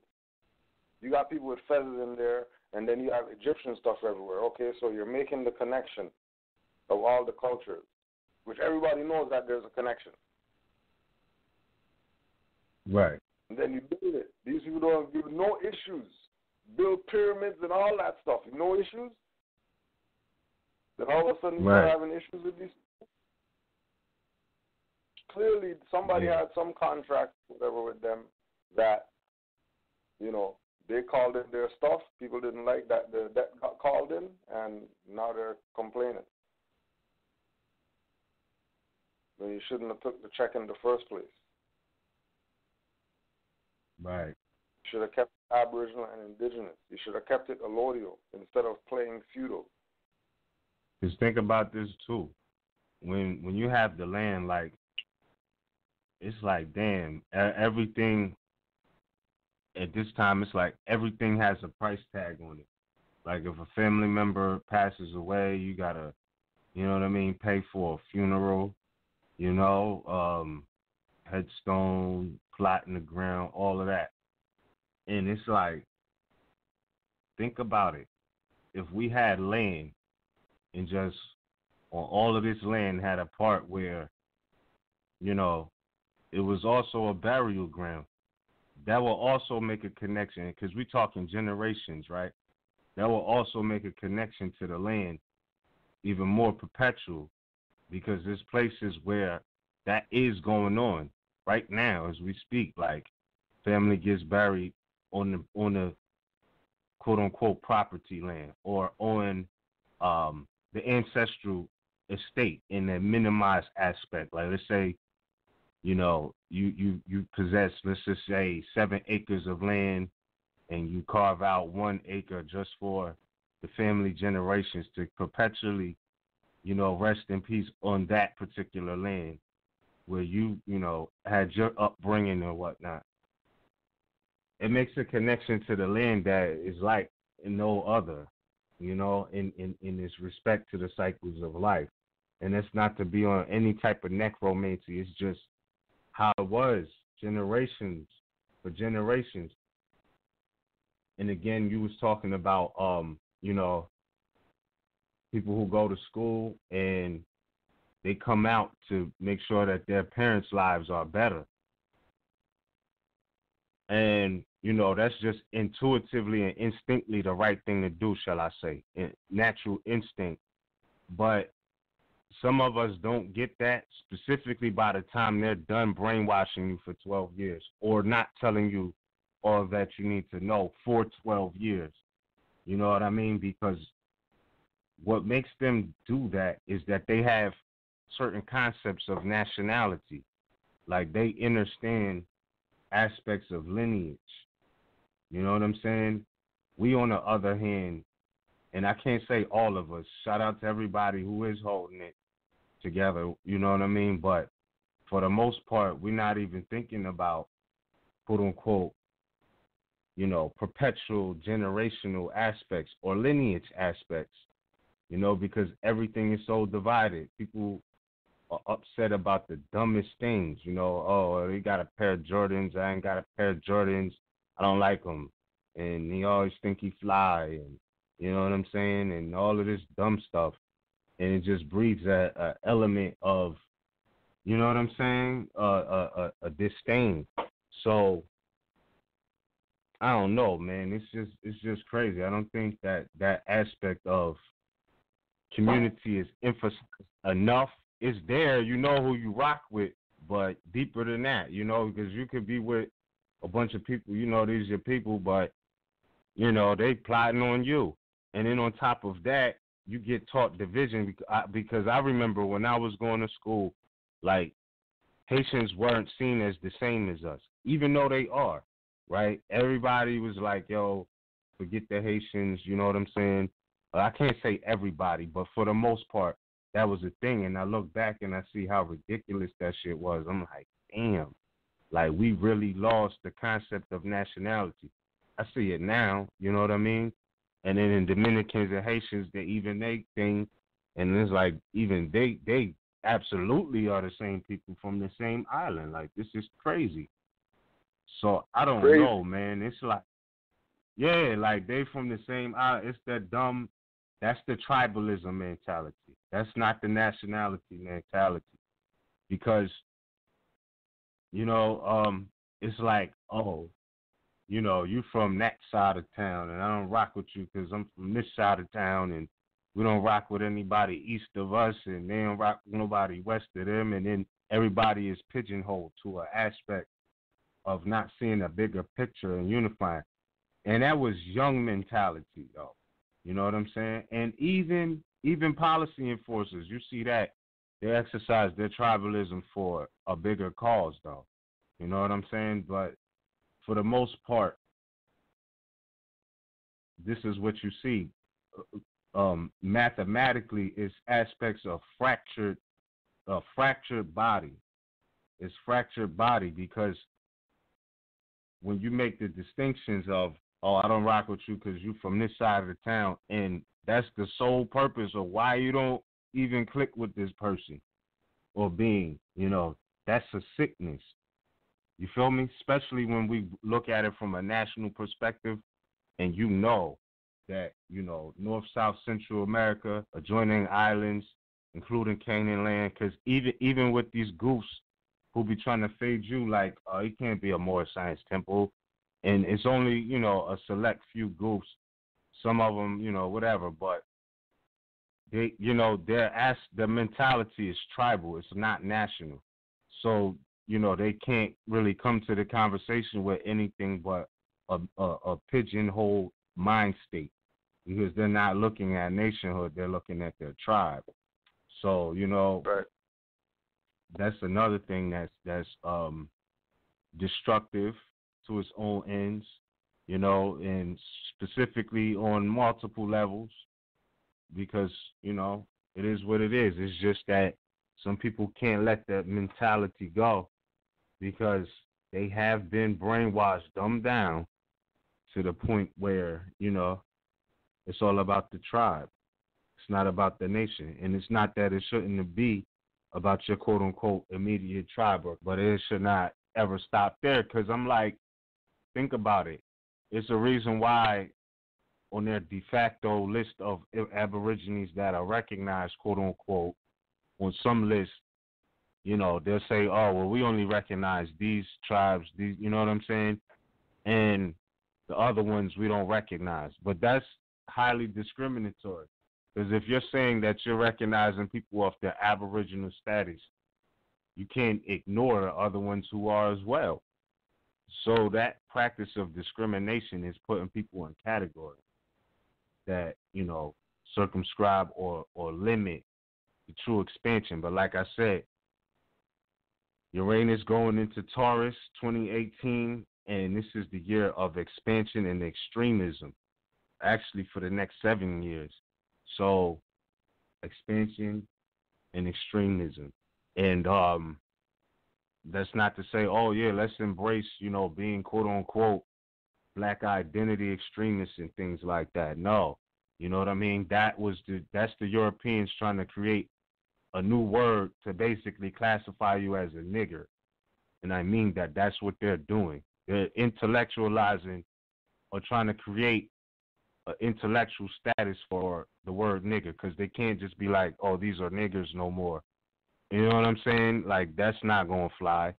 So now they got to paint this picture so that they can treat you according to how they would treat a quote-unquote Negro, black, or colored status. Because remind you, you do not have to be, quote-unquote, dark-skinned to be considered colored. Europeans were considered colored people. It's a movie I highly suggest that people watch. It's called The Free State of Jones. Free State of Jones. Watch that. Must watch. It's a must watch, because the Pilgrims, it was some, you saw that? You seen that? Yeah.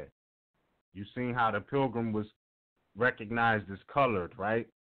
Like, off of the quote-unquote one-drop rule or 1/8 or something like that. You know what I'm saying? But, yeah, nonetheless, you know, his whole attitude, you know, their attitude was like, nah, if you walk on 2 feet, you're a man. You know what I mean? Anybody walking on 2 feet is a man. And, you know, it's a very interesting movie, I'll say that. You know what I mean? I hope everybody saw it, but there were some highlighted points in there. You know what I'm saying? How they was cutting off the Confederates and things like that from stealing people's crops and corn and all of these things. And, you know, whoever was sending them out, they couldn't do nothing about it because the power was in the people. You know what I'm saying? And, yeah, it was some people who got bodied and things like that. But nonetheless, them staying on their stance was more worth it. You know what I mean? So, I don't know. Check that out for those who haven't. But, you know what I'm saying? So when they started playing the colored game, you know, and then everybody started thinking they was the same when they weren't, you know, that's how, you know, I think that's what influenced that aspect of, oh, let's all, you know, hop in this melting pot. No, the pot is melting. I'm getting away from that. You know what I'm saying?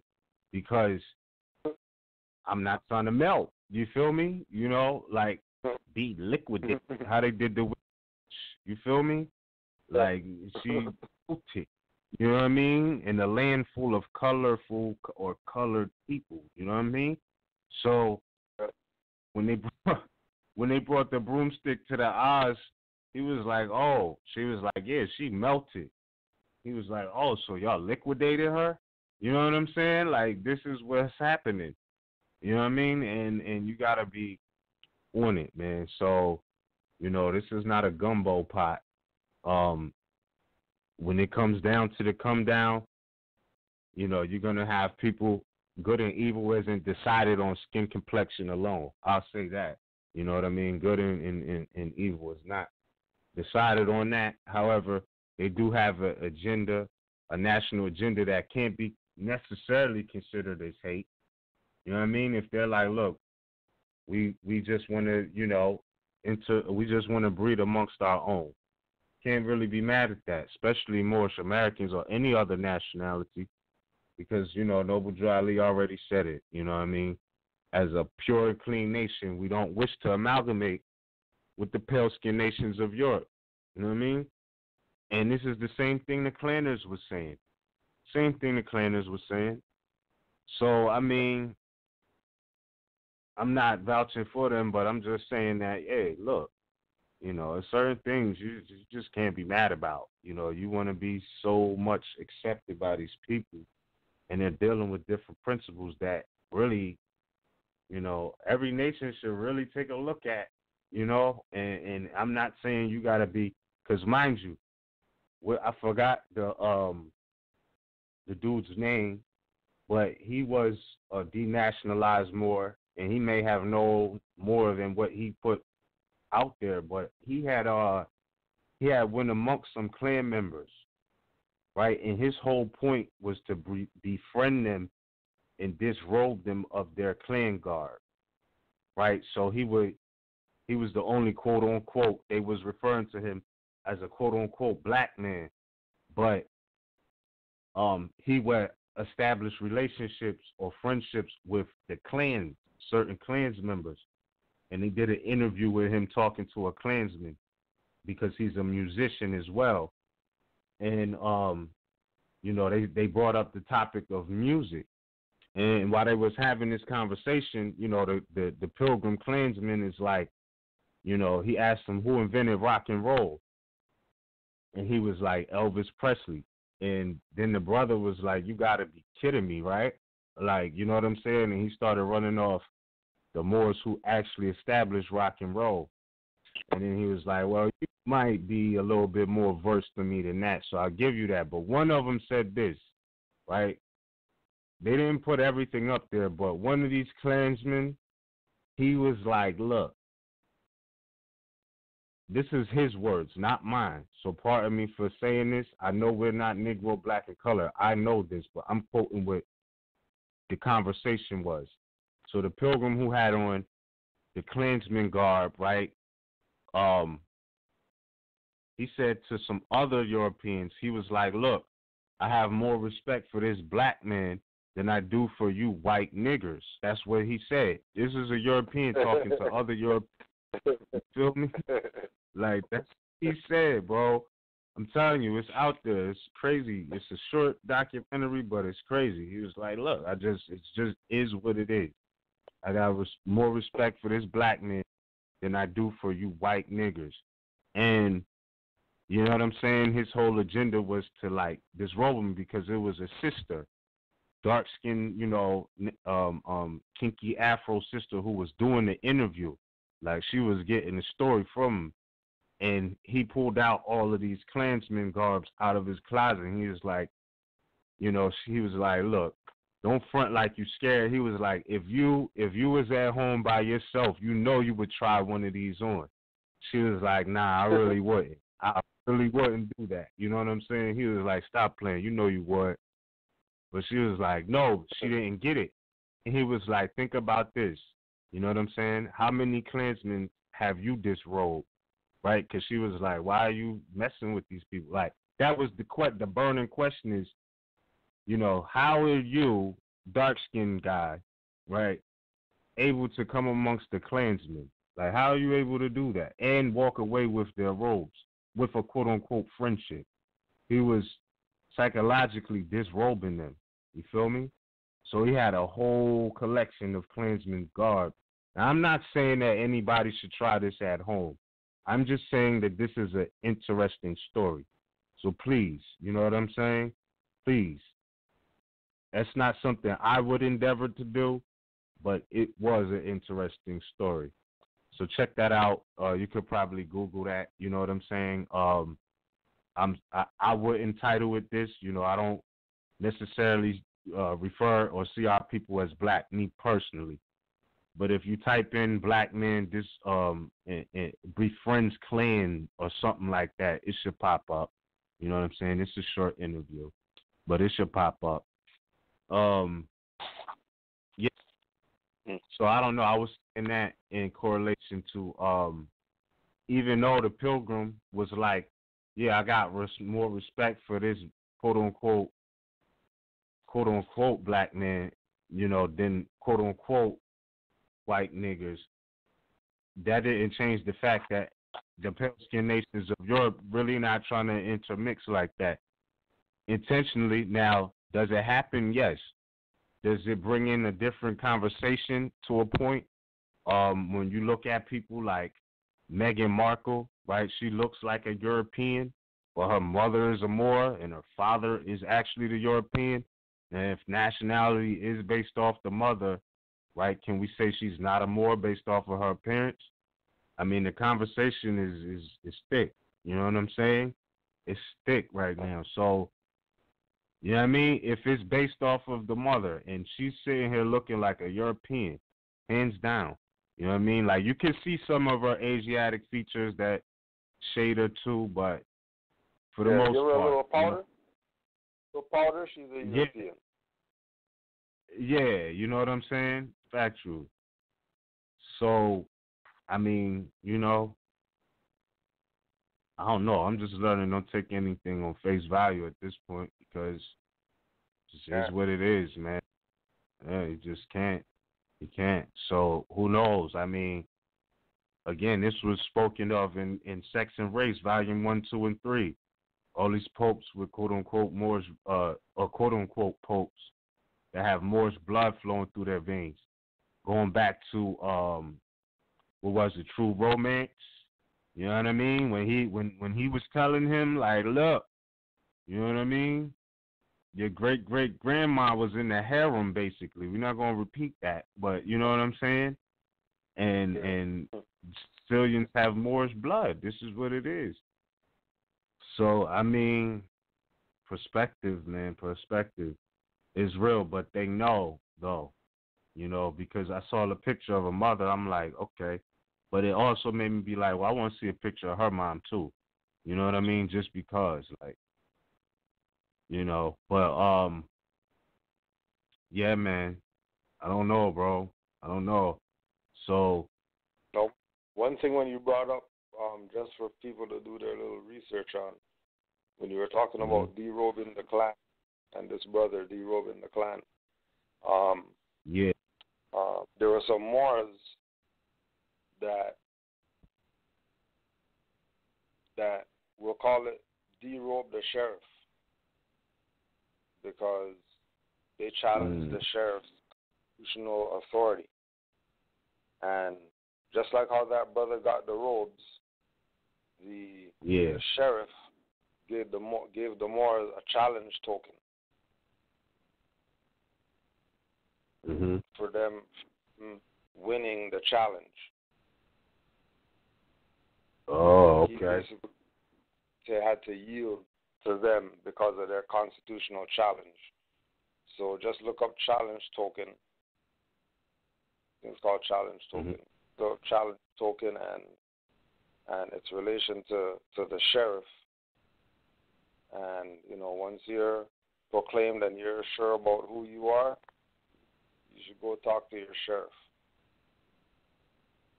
where you live at. Because right, like we're saying that it's the time right now where everything's in the open. You know, yeah. So there's no new world order anymore. It's back to the old world order. Shall inherit the earth is going on right now. Yeah. You know, the power position people, their power is illusion. Drew Ali taught us that. So they really have no power, really. We're giving them power by thinking that board, whatever, is a court. And that there's actually a degree that somebody can take from you or stop you from getting or whatever, you know, if you want to study psychology. But it's all illusion. Yeah. Another thing too that I can bring up about looking up Blackamoor and how how it resonated. Same thing happened with colored in a law dictionary. Right. You know, looking up colored and realizing that it really does mean painted, varnished, or dyed, something hidden. You know, like it really means to hide, to conceal. Like, what am I concealing by calling myself colored? You know, right. I was concealing my true status. I was concealing my real identity. You know. Exactly. I remember looking that up, and it you know, like actually hitting me like, okay, that's why we're not colored. It made right. lots of sense. You know. And the fact that said that the courts are bound judicially to know that there's no such thing as no legal significance to a colored person. Right. I'm like, oh, let's get it. They bound to know this? Like, not they should know this or might know this. Like, they're bound to know this. You know what I mean? They're just bound to it. I'm like, oh, man, we've been played big time. You know what I mean? Because the hell, they should have been saying something then. I mean, I guess it was just me finding out. I don't know, man, but I think that was like one of the facts. And then they had a case law to go reference. I'm like, oh, wow. You know what I'm saying? Like, this is already decided matters. Like, what are we, like, are you serious? Why wasn't this all over the newspapers? You know what I mean? When they talk about, you know, the advancement of colored people and things like that, I'm like, how? You know what I mean? The courts are bound judicially to know there's no legal technical signification to the phrase colored persons. Like, how are we advancing through that? Then to find out the Negroes, you know what I'm saying? Negro and black mean the same thing. You know, like, to really know that, you know what I mean? Like, is important. And again, like, sometimes it gets crazy because you be trying to talk to people and have conversations, and then, you know, you just want to have a conversation, but you find yourself having to teach them before you can even have a conversation. You feel me? And it's not to be like on some holier than thou, but it's like, y'all, let's just talk. And then you like, come on, man, like the language. You know what I'm saying? people get mad at certain words, but I just be like, come on, fam. I know you know better than this, And certain people, if you never talk to them and you just, putting them on, that's one thing. But like, yo, you for 3 years, you know what I'm saying? Like, I'm tired of saying the same thing to you, like, I'm over here, you know what I mean? Like language class. You know what I mean? So, it is what it is, man. Like, it is what it is. It's a lot more I wanted to really touch on, but we do have a couple of callers, literally a couple in the last hour. So, we want to dedicate this last hour to opening up the floor. And you cool with that? Or you want to add anything on? Because, it's still... No, we're good. We're good. We can open up. All right. So, with that being said, we're going to take caller 682. But just for the record, earlier I saw you call a 513. If you want to read, if you want to press 1, please do that. But for now, we have caller 682-702. You're live on the air. Are you with us?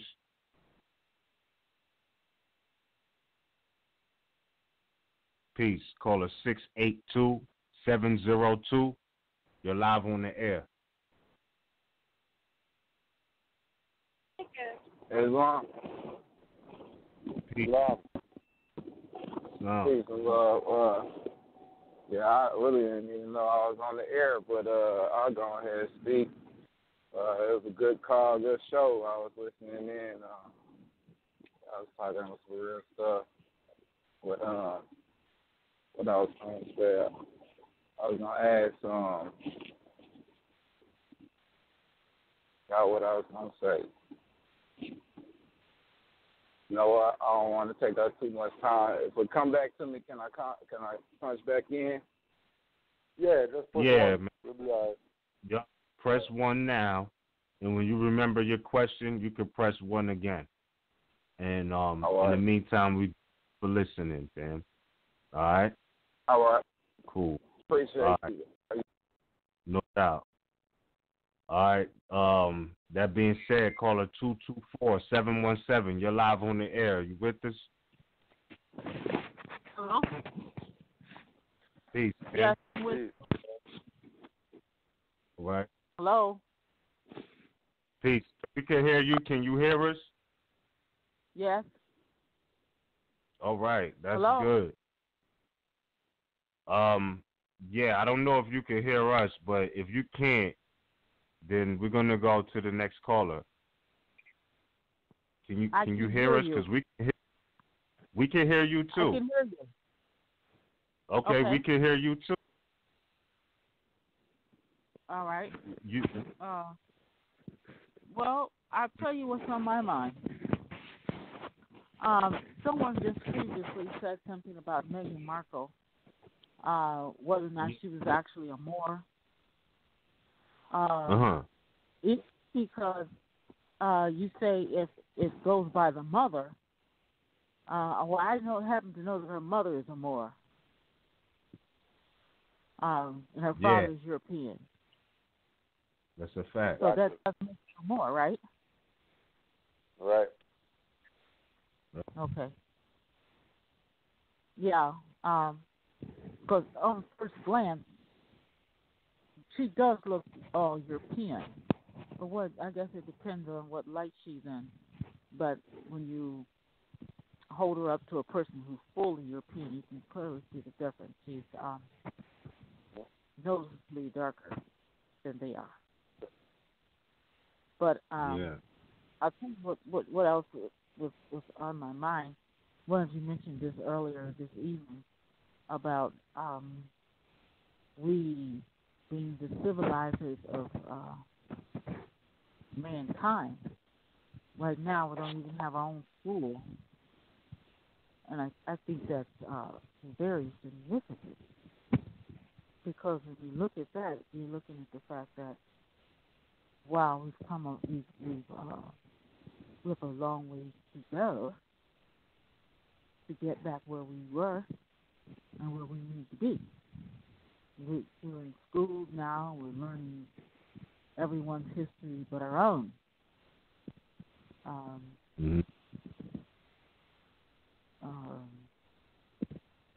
And I'll tell you that learning my history as a Moor changed my life.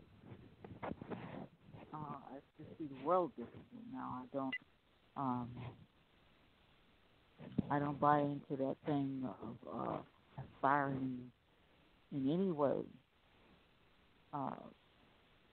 to go shoulder to shoulder with the European, so to speak. Now that I know my history and my contribution to the world, I look at it as they have to if they have to catch up with me, not me catch up with them. What do you think about that? Pardon me, I was saying, I don't know if you were able to hear, Cujo, but you sounded a little low, and I couldn't make out what you were saying at the end. Could you say that again? And like, in the end, I said, instead of everyone trying to even up with or get shoulder to shoulder with the European, I say that they have to try to even up with us because we're the civilizers of the world. You know, so everybody has to catch up with us, and so. Yeah, but our thing is we have to catch up with ourselves first by understanding about our nationality and our birthright. So what you're saying. I agree with you on that. Yeah, the idea of the schools. You know, it's not like we haven't had our own schools. They just always fail because there's no nationality backing it. So it has no standing. It's just a building. Okay. Some stuff going on in it. Yeah. You know? And if anyone is going to, as you say, unlock or open up the minds of people, it's going to be a Moor. It has to be. But and again, this is why once people realize that they're not Negro, black, colored, and they're sure about that they should start putting the word out. They don't need an added badge to tell people about their birthright. Yeah, that's right. True. I said something. Yeah, and I said something. I was talking to some family members the other day about that, and it was so foreign to their ears, you know. They could hardly. You sound really, really low. Can you speak? Oh, it was okay. I'm sorry. It was foreign to their ears, and they couldn't hardly believe what they were hearing when I said to them, "Hey, you're not Negro, black, or colored. All you have to do is look in the Constitution. All you have to do is get out a very good dictionary, go to the etymology." And it's just, for most of our people, that is still something that's just so that they are so far removed from, and I feel that it is our responsibility, those of us Moors who do have this knowledge, to spread it to other Moors. And I like the way RVBey said, you don't have to try and convince them, just give them the documents. Just give them the documents and then let them see for themselves.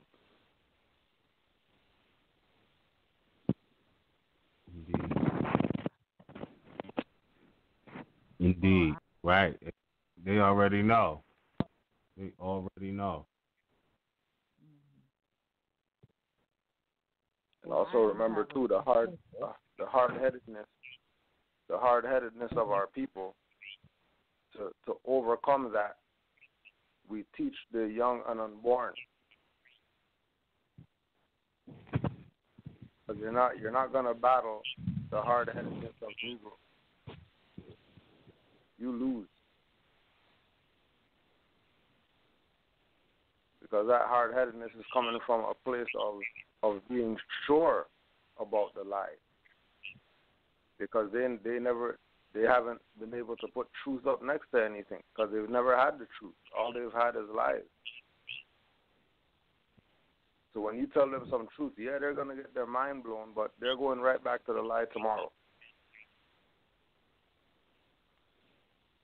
Whereas, with my nieces, I'm telling them, hey, don't let anybody call you black. Just look at yourself when they call you black.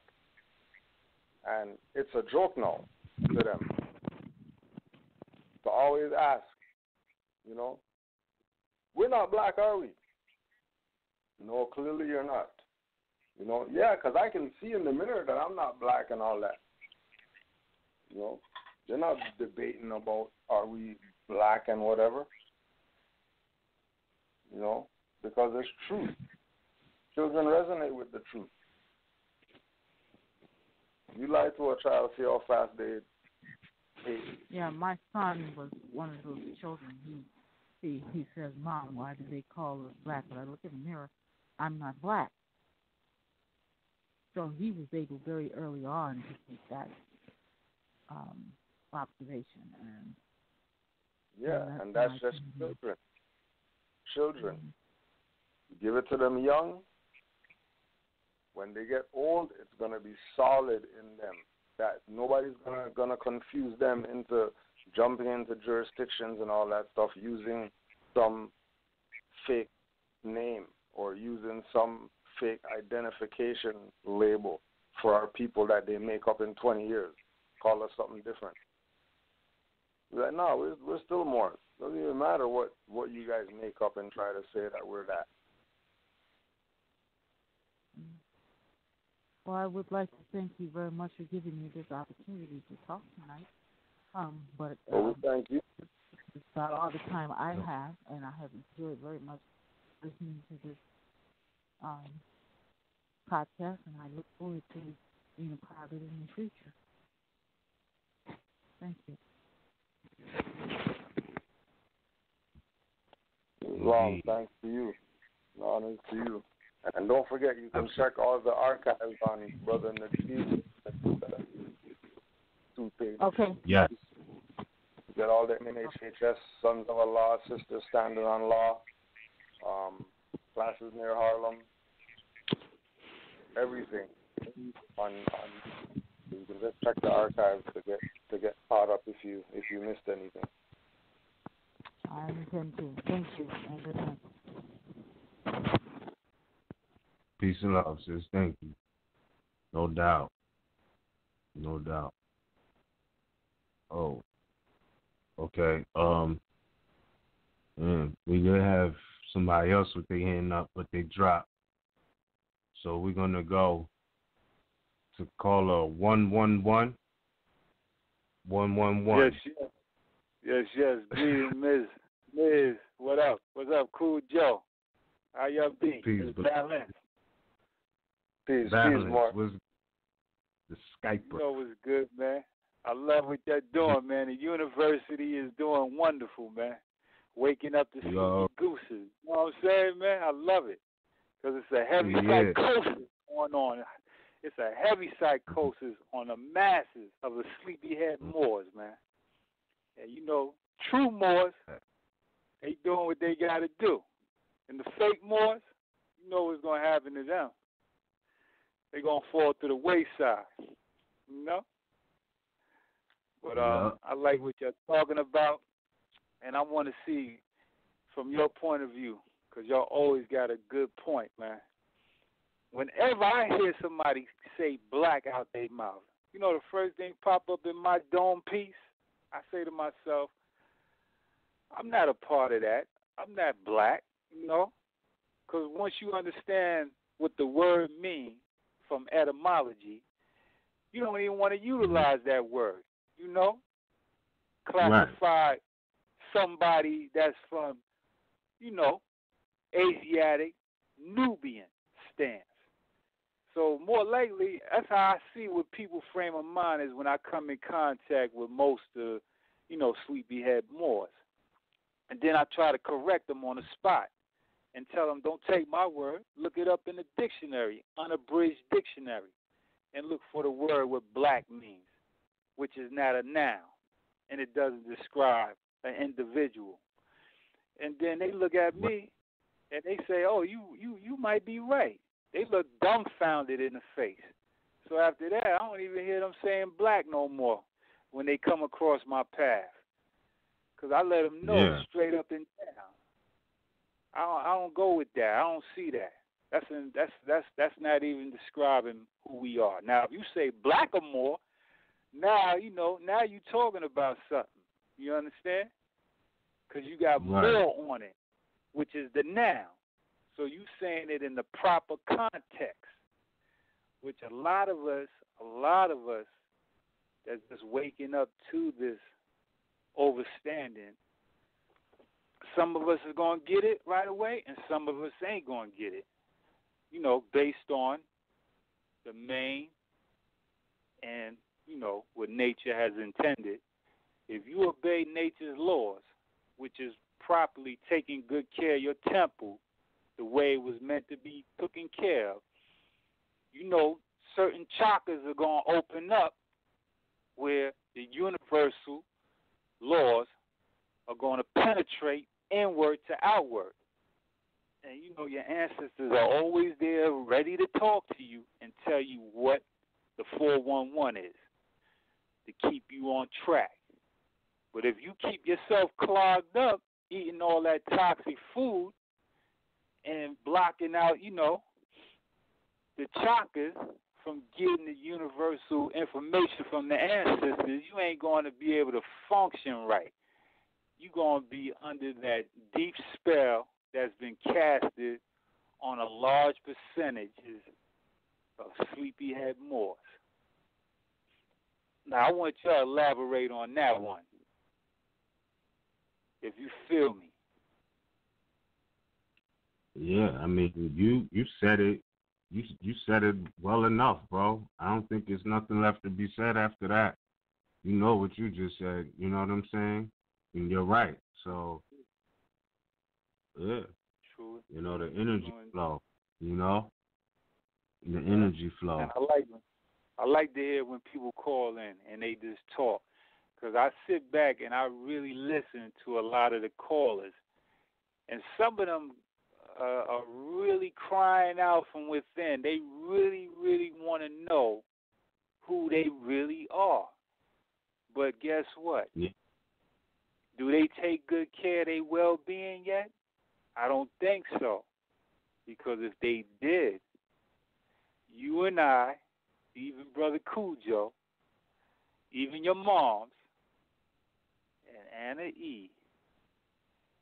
knows this for a fact, that if you take care of your health is your wealth. It's going to open up doors to guide you. Yeah. But if you don't do it, you're going to always have a struggle, a constant struggle, a fight with your lower self, because you're not obeying the first rules by being in compliance, which is respecting thy temple that you live within, which is the real all Moors, is the body you dwell within. So a lot of Moors that are unconscious need to clean up house within themselves. That means you need to sit down, slow down, and really think it over and go within for at least 20 minutes every day when you have break time, instead of turning on the idiot box, watching stuff that's not even giving you any nourishment, you know what I'm saying, but just dumbing you down more and more and taking a lot away from you. It's like zapping your powers, you know, from getting on board, from, you know, knowing who you truly are. Because once you connect to nationality, you gonna know what it is to be in contact with nationality. Even if you didn't get it, you already do have it from mom. You gonna know that it's not a game. This is the real deal Holyfield. And guess what? You gonna feel it permeating through your whole body. And when others see you out in the universe as you navigate and going through, you know they will respect you in a way where doors will open up for you. I had Albions open doors for. I had Albions that you know wouldn't open a door if you had the mentality of being under those NBC names, and they can tell and sense and smell it.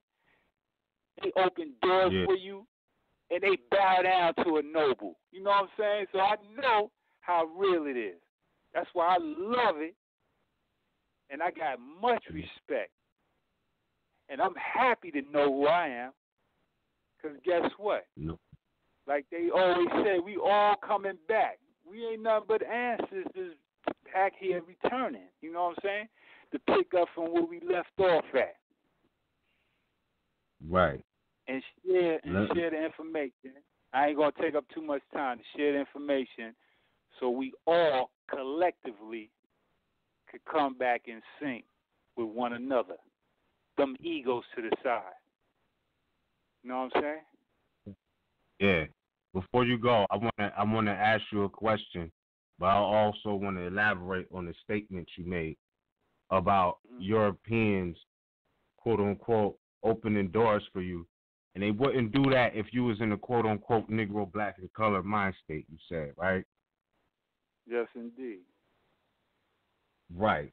And that reminded me of the situation when I went down to the opening of the so-called African American Museum, and there was a pilgrim there. I watched the documentary when we was at the museum, and the pilgrim, he said that he used to be a Democrat, not nobody who was like voting Democrat, like this dude Pilgrim, for real, like straight up and down, working in John Kennedy's administration and all of that at one point in time, right? And he was trying to have a general conversation with us, well, with me, and he started talking that color game. He was like, yeah, the first 26 people of color up on the hill was all Republicans. And I understood what he was saying, but I knew he knew a little bit more than that. So I'm like, when you say, you know, people of color, you know what I mean? Do you mean melanated people, my skin complexion, right? Because everybody does have a nationality. And when I said that to him, he paused and realized he had to start talking a certain language.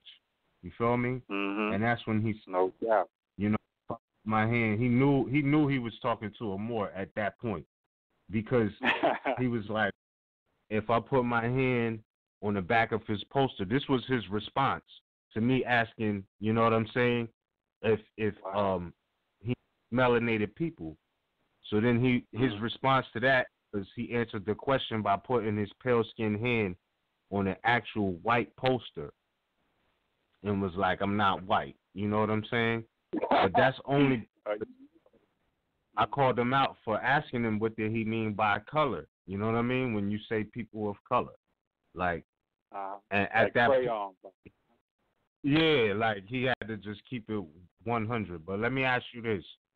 You was mentioning the chakras and taking care of the body. And this is an open question. Have you ever sneezed and then seen orbs after you sneeze? Like, you know what I mean? Spots. Has that ever happened to you? Like you just sneeze. Like, you know how if you look at the sun with your eyes closed or even with them open, if you look away, you could be seeing like spots, different colored spots. Yeah, I seen that. Yes, indeed. Yeah. I'm not tripping, right? No, you're not. Okay. So I just wanted to make a correlation back to the aspect you was talking about as far as the health, because it's been like that with me for years. You know what I'm saying? Like for years, it's just certain paranormal shit I'll pick up on. You know what I'm saying? And like the apparitions or whatnot, the orbs or whatnot, always had one of the 7 primitive colors in them. Like after I sneeze, I'll see like the color blue, purple, you know what I mean? Yellow, red, orange, you know, the vibrant colors, the 7 tinctures. And then it came a time where I was seeing like all black orbs after I sneezed, and I was like, damn, what the fuck is going on? Excuse my expression. And I realize now that I have fell off with my health diet a little bit. You know what I'm saying? And I'm like, I still wasn't making the connection between the two. And like, damn, like this shit don't feel good. Like, why my whole life, every time I sneeze, I see colorful orbs. Why am I seeing black orbs now? And it hit me that, okay, I fell off a little bit with my diet, you know what I'm saying?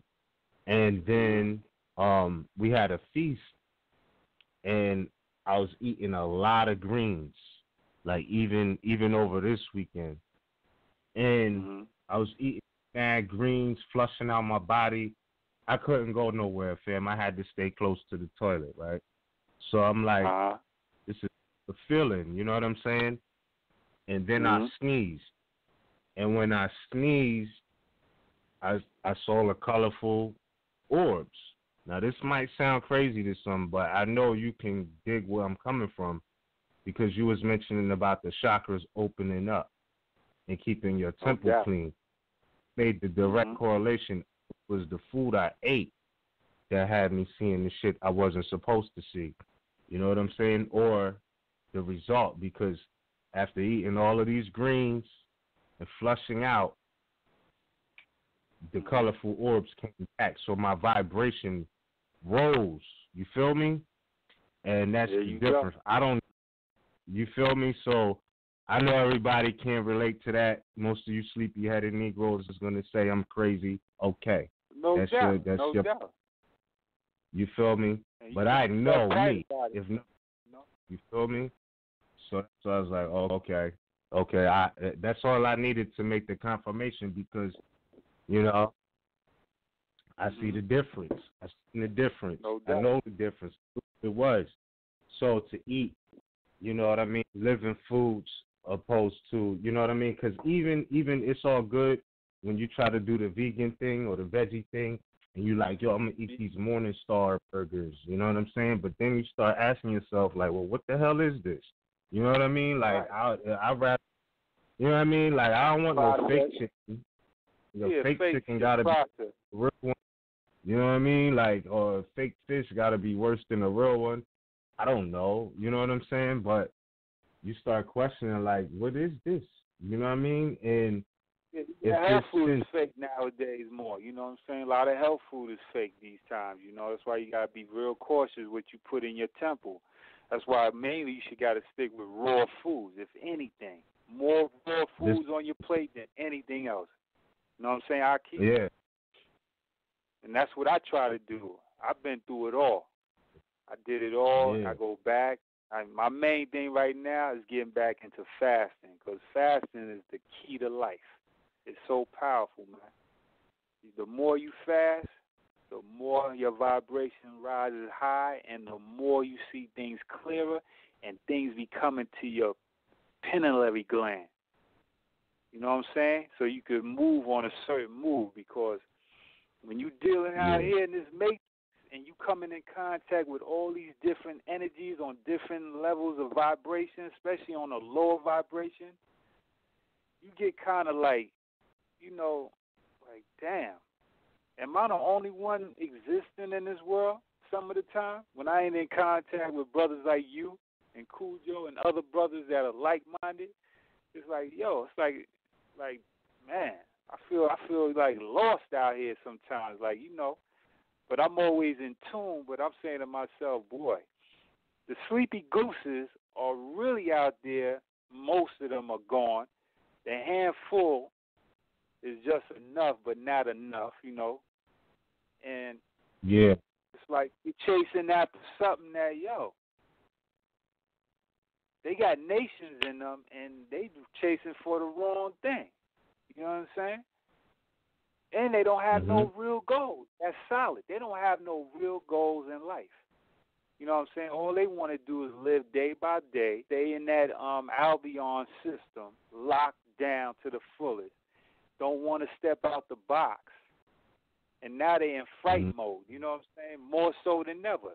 The Albion set up the design. He put the design forth in the Matrix, and he got them on lockdown. You know what I'm saying? yeah. Like he's pressing buttons, like in Rex 84. You know what I'm saying? What they talked about. These people are just like trapped up. And the diet is ferocious, Yeah. when it comes to eating the right food. And they toxic. So most times when you want to deal, you don't even want to deal with them, because half of the time when you try to school them as much as you can, even though you feel kind of messed up and hurt that they ain't going to get it sometimes, it's like, wow, that's just a waste go to waste. You know what I'm saying?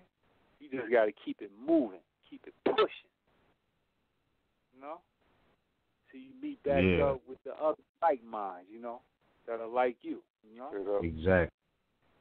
Yeah. So I want to say, you know what I mean? That health, because you mentioned the chakras, you know what I mean? And that's all spiritual, and that's real. It's real. It's real energy centers.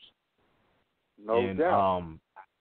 I just know for a fact at this point in life that, it has many different levels to the vibrations, spiritual and all of that. Because I'm eating certain shit, you know what I mean? And I don't even know what this really is, and you know what I mean? But then to have the real greens, you know what I mean? Where they steamed and juicy, raw, whatever. And that joint, and all it the starts. drugs that they've been drugging us out all our life, man. They've been drugging us out since we were in the mother's womb. They've been drugging us. That's why a lot of us don't know. A lot of calcified in the brain. They got calcified. It's like so stiff that you could talk all day until you're blue in the face. Who you are, where you come from, and they still won't take it on and believe you. And then if they so curious to take it on, and they've been like y'all be saying, like you and Cujo, they've been lied to so much, it's like it blows their mind. How was they able to be lied to so long, even from moms? Moms was misguided and lied to. You know what I'm saying? And she's still stuck in the lie. Can't make it out the lie. You know what I'm saying? I hear you. And then they got the religion that's beating them down on top of it. You know what I'm saying? Yeah. It's deep, man. When you look at it, it's really deep. But guess what? It's a beautiful challenge, because you know why?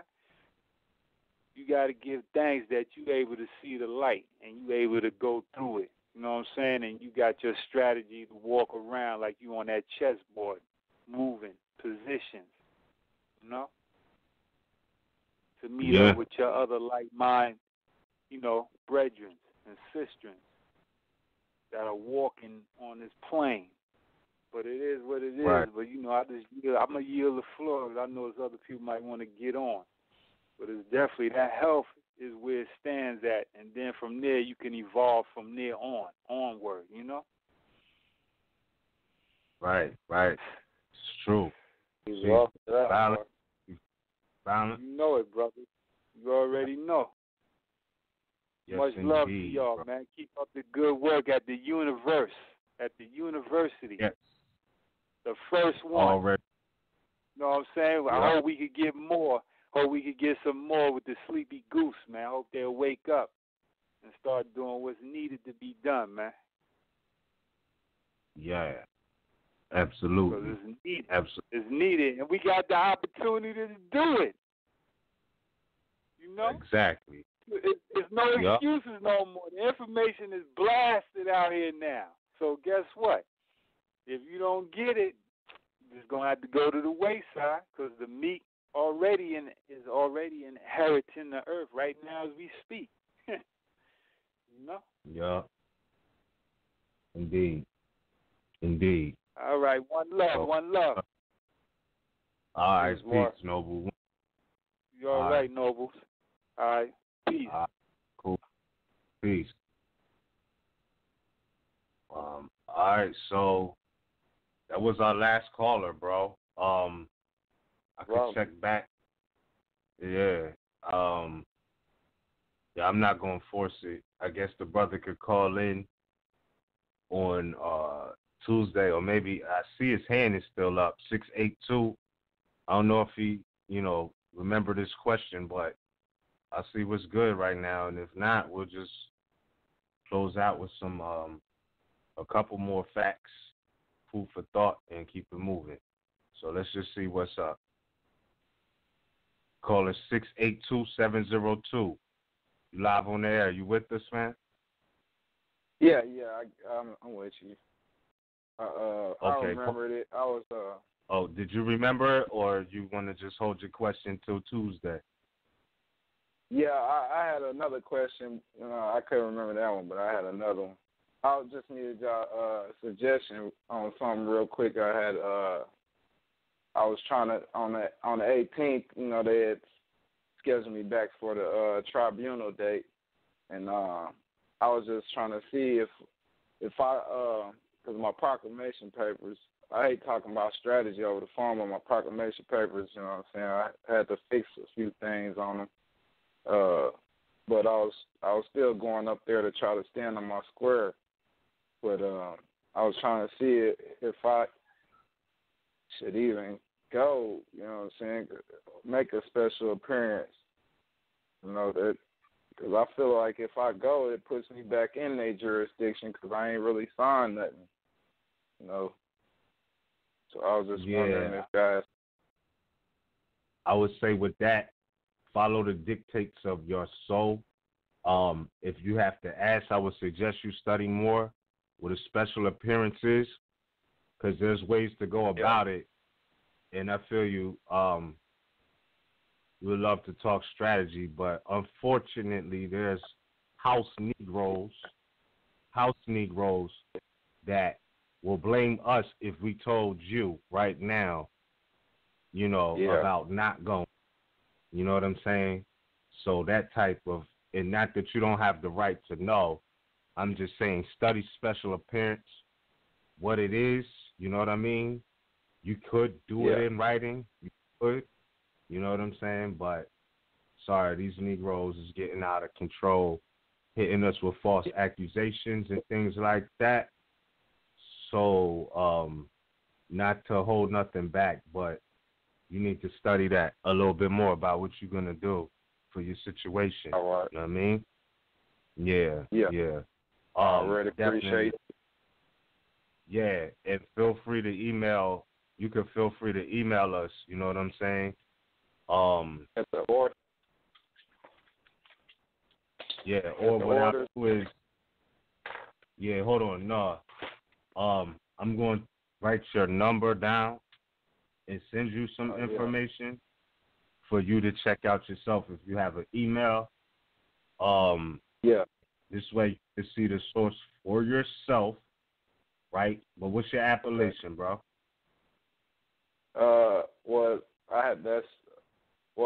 Amir Yasir Bey. I'll just keep it at Amir Yasir Bey. Yeah, be sure of yourself, bro. Just always be sure of yourself. You know what I mean? Like, regardless of what anybody says, be sure of yourself, You got to stand, 'cause like I heard the language. You said, I'm going to try to stand on my square. Like, no, you're going to stand on your square, whether that means you make a move or not. But that's another lesson. Yeah. But, a couple more callers do have their hand up. I have your number. and I'll definitely be willing to give you a call, get your email, and send you some information to study for yourself.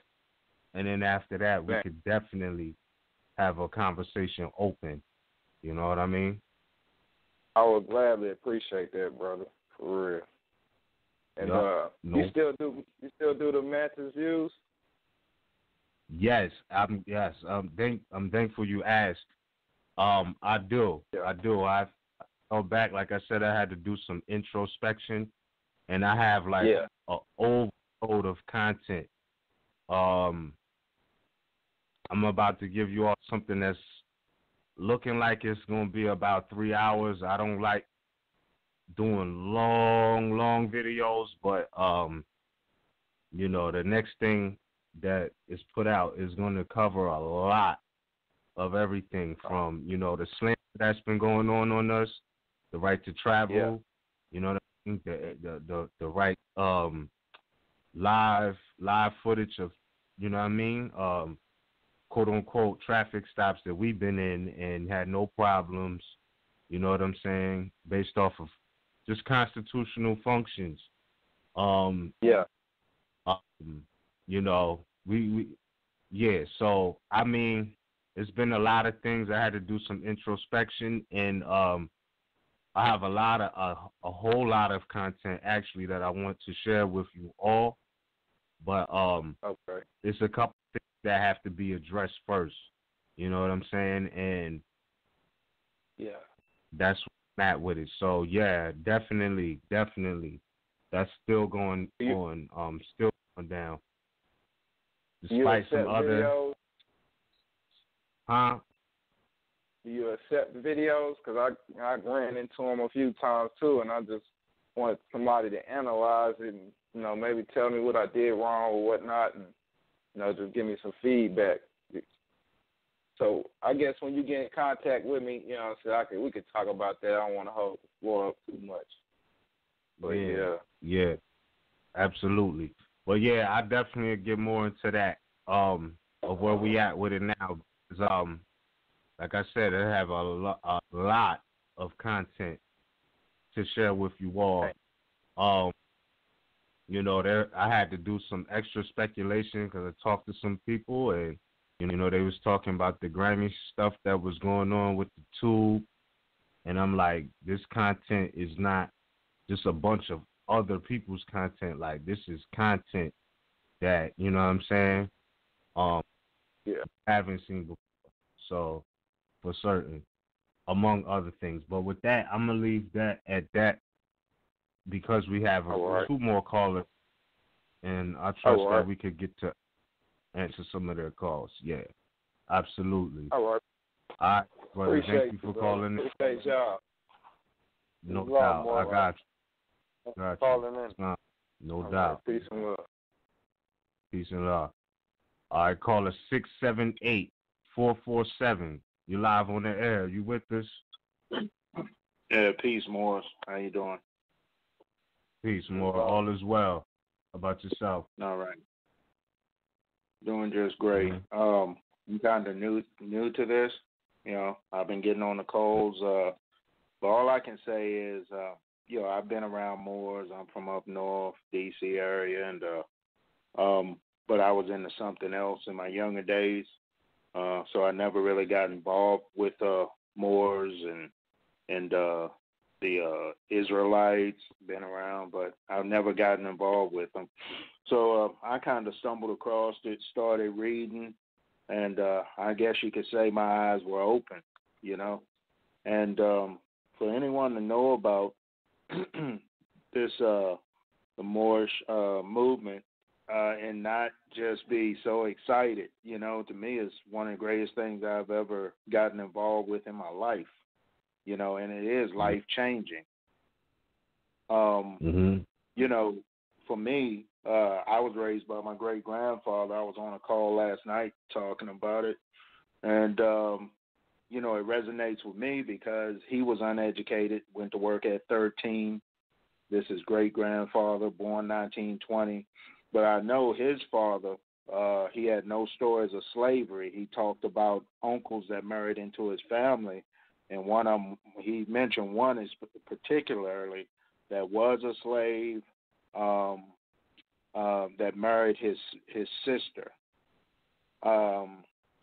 and he also talked about right around, well, he was born 1920. Virginia actually pushed. He was American Indian. Was what he was listed as. I don't know all the details, but Virginia actually separated him from American Indian and put him in the class as Negro.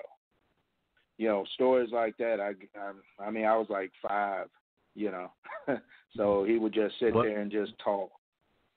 But look at the fraud in that, though. Look at the fraud in that, like American Indian. Big time. Yeah, because what I'm saying, he was uneducated, so he couldn't express it. You know. Yeah, no, he was probably smarter than what they'll give him credit for. But just think about this: they're both frauds. Like American Indian is a fraud, and so is whatever they changed it to.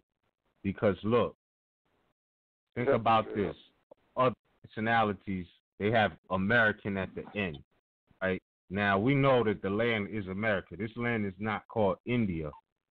So like when you look at it, you got quote unquote Moorish American. You have quote unquote Italian American, Polish American, Irish American, whatever, right?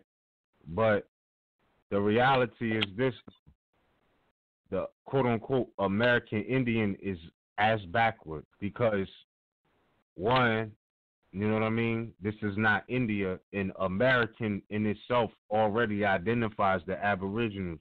So why did they do that? Is because they was trying to take the status, steal the status, especially if you're talking about Virginia.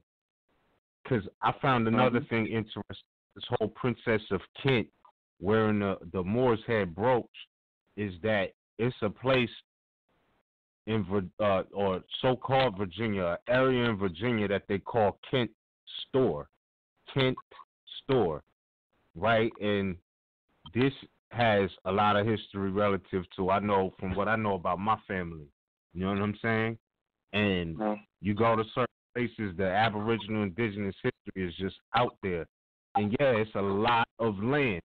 It's a lot of land, a backwoods area, you know what I'm saying? But nonetheless, you know, Virginia being like the Virgin, one of the first colonies, etc. You know, there's a lot of reasons why that denationalization was going on right there. But I'm thankful that we had a chance to go down there to Virginia, and shout out to the caller before, because we got some crazy Mantis views for you. But these are for you. This is your history, your information. You wouldn't believe some of the things that are standing present day that's built off the back of Moor's history. So, you know what I'm saying? All of those brands are artificial. American Indian is a fiction itself, just like Negro, black, and colored. You know what I mean? So keep that in mind. With that being said, my brethren, we hear more of your story. Would you mind calling in on Tuesday? And please do, and share your story with us. We have one more caller and 10 minutes left. We're hoping we could get the next caller's question answered before we close out this segment. But we look forward to you calling in. We're going to hold you to that, bro. Tuesday, we want to hear from you about the rest of your story. We do the MHHS Eyes Wide Open Blog Talk Radio every Tuesday at 9:30. You know, and we do the Sons of Allah every third Thursday. We got pushed back this week because of the season and the timing of last week. But every Tuesday you can find us on the same channel. And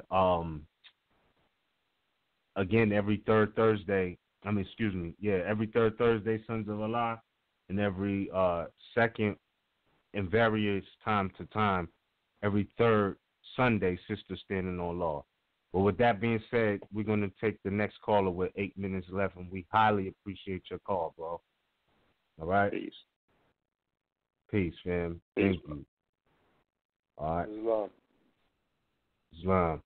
Caller 936-933. You're live on the air. Are you with us? Yes, I am, Moor, and 8 is my number. Yes, naturally. Islam.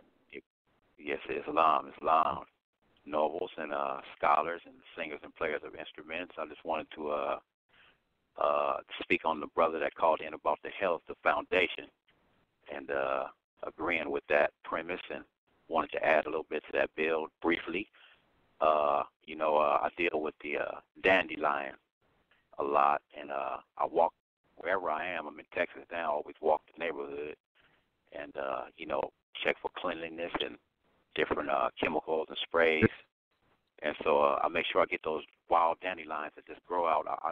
I like to get them best in the morning when the dew is still on, the morning dew from the earth grass. And that's the best time to get your vegetables out the wild. You want to eat wild foods as much as possible, like the pine straw from the pine tree.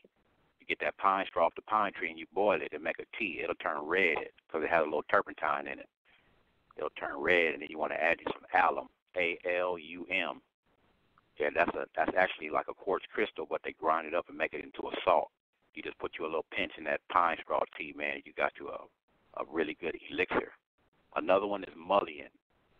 Mullein, M-U-L-L-E-I-N, mullein. That's for the respiratory. And let's not forget the castor oil. All our ancestors, you always hear the old folks talk about the castor oil. It's a real strong bitter, but we need it because, worms don't like bitters. So, you rinse it in your mouth. It'll kill the worms in your mouth. You can, if you don't like the bitter taste of the castor oil, you can rub it on your body like a lotion. It'll have the same effect. It'll also make you regular up to a year. One use of castor oil will keep you regular for a whole year. So, yeah, it's 20. And another one is the prickly pear, cactus. That's another strong food, a superfood, actually. You can use it for a food and a drink at the same time in case of dire situations, So there's a lot of knowledge out here, man. I appreciate y'all let me onto the campus. I love it. I'll try to call back in another time. I know the time is short, but yeah, 8, that's my number, man. That was beautiful. But, yeah, I'm going to let it go right there, man. I love what y'all do. Keep up the good works. And until such time, more time. Peace and love. There we go. Thank you for calling in. All right. So with that being said, Moor, that can that's all the callers we have. I think we did get everybody, and that's cool. Happy fiscal, not natural, but fiscal New Year to everybody. I trust this time block be great. That we have increase on everything. Like I said, Uranus going into Taurus. This is the time block of extremism, and that doesn't have to be a bad thing. You know what I mean? Everything can be taken to higher levels in these next 7 years. These next 7 years are going to be crucial. You know what I mean? Because 3 out of the 7, we still got Trump, and 4 after that, whoever else is in there. And so, look, we got to get real, get serious again. Yeah, the health aspect is for real. I swear, man, right now, I wish we had another hour because we still have some info to go in on. But we're going to get y'all next year, all y'all who've been slandering, you know what I'm saying? We're going to get into this bogus Freemasonry. You know what I mean? Next month. I think, you know what I mean? Next month we on your heads on this whole concept of, I'm going to just save that for next month. But look, we trust everybody have a safe time. We know as natural people, we don't do the whole quote-unquote New Year celebration. We understand that the effects of the emancipation happen on January 1st, et cetera, et cetera. We get that. So always respect to history for whatever it entails, but just be safe if you're going to go out there, if you're among, colonized, mentally, peers, and they don't even necessarily have to be, but if you're going out and celebrating, just be safe, you know what I mean? Don't do the drink and drive thing. Make sure you catch your cab or Uber or whatever you got to do. Live, whatever, you know what I mean? We want to see everybody back here on the next Gregorian time block. So just be safe. If you got to stay home and enjoy yourself, do that. But nonetheless, just enjoy yourself and be safe as we move into a new time block. And with that, I yield the floor, Noble. Islam. And just to stress the point again, it gets crazy. These next days coming up. So keep in mind the Prophet's lesson. Don't endanger your life with fools during this crazy time. You know what I mean? Now more than ever, take some heed to the message. Take some heed to the lesson. Make sure you crush your tablets, drink them with water or whatever, put them in your food, but make sure you take your Noble Drawley medicine. You know what I mean? And you'll be all right. But Islam to all the peace and love to all the Moors worldwide. Islam to, of course, MHHS, RVBey Publications, Moor's Order of the Round Table, Great Seal, Moorish Directory, publishinfo.net, Moorish Civil Letter. Make sure you go get Brother Abdullah's book. Support scholarship, real scholarship that don't need European degrees to prove themselves. Yeah. Yo, we might have to get Dooley on this bogus Freemason. Yeah, we definitely will. Yeah, we could do a special. We could do a special next Sons of Allah. Yeah, factuals. No doubt. So, yeah. Absolutely, bro. Well, peace and love, man. Thank you. We completed another year, and the 2018 time block, man, we'll be going in on completing fourth,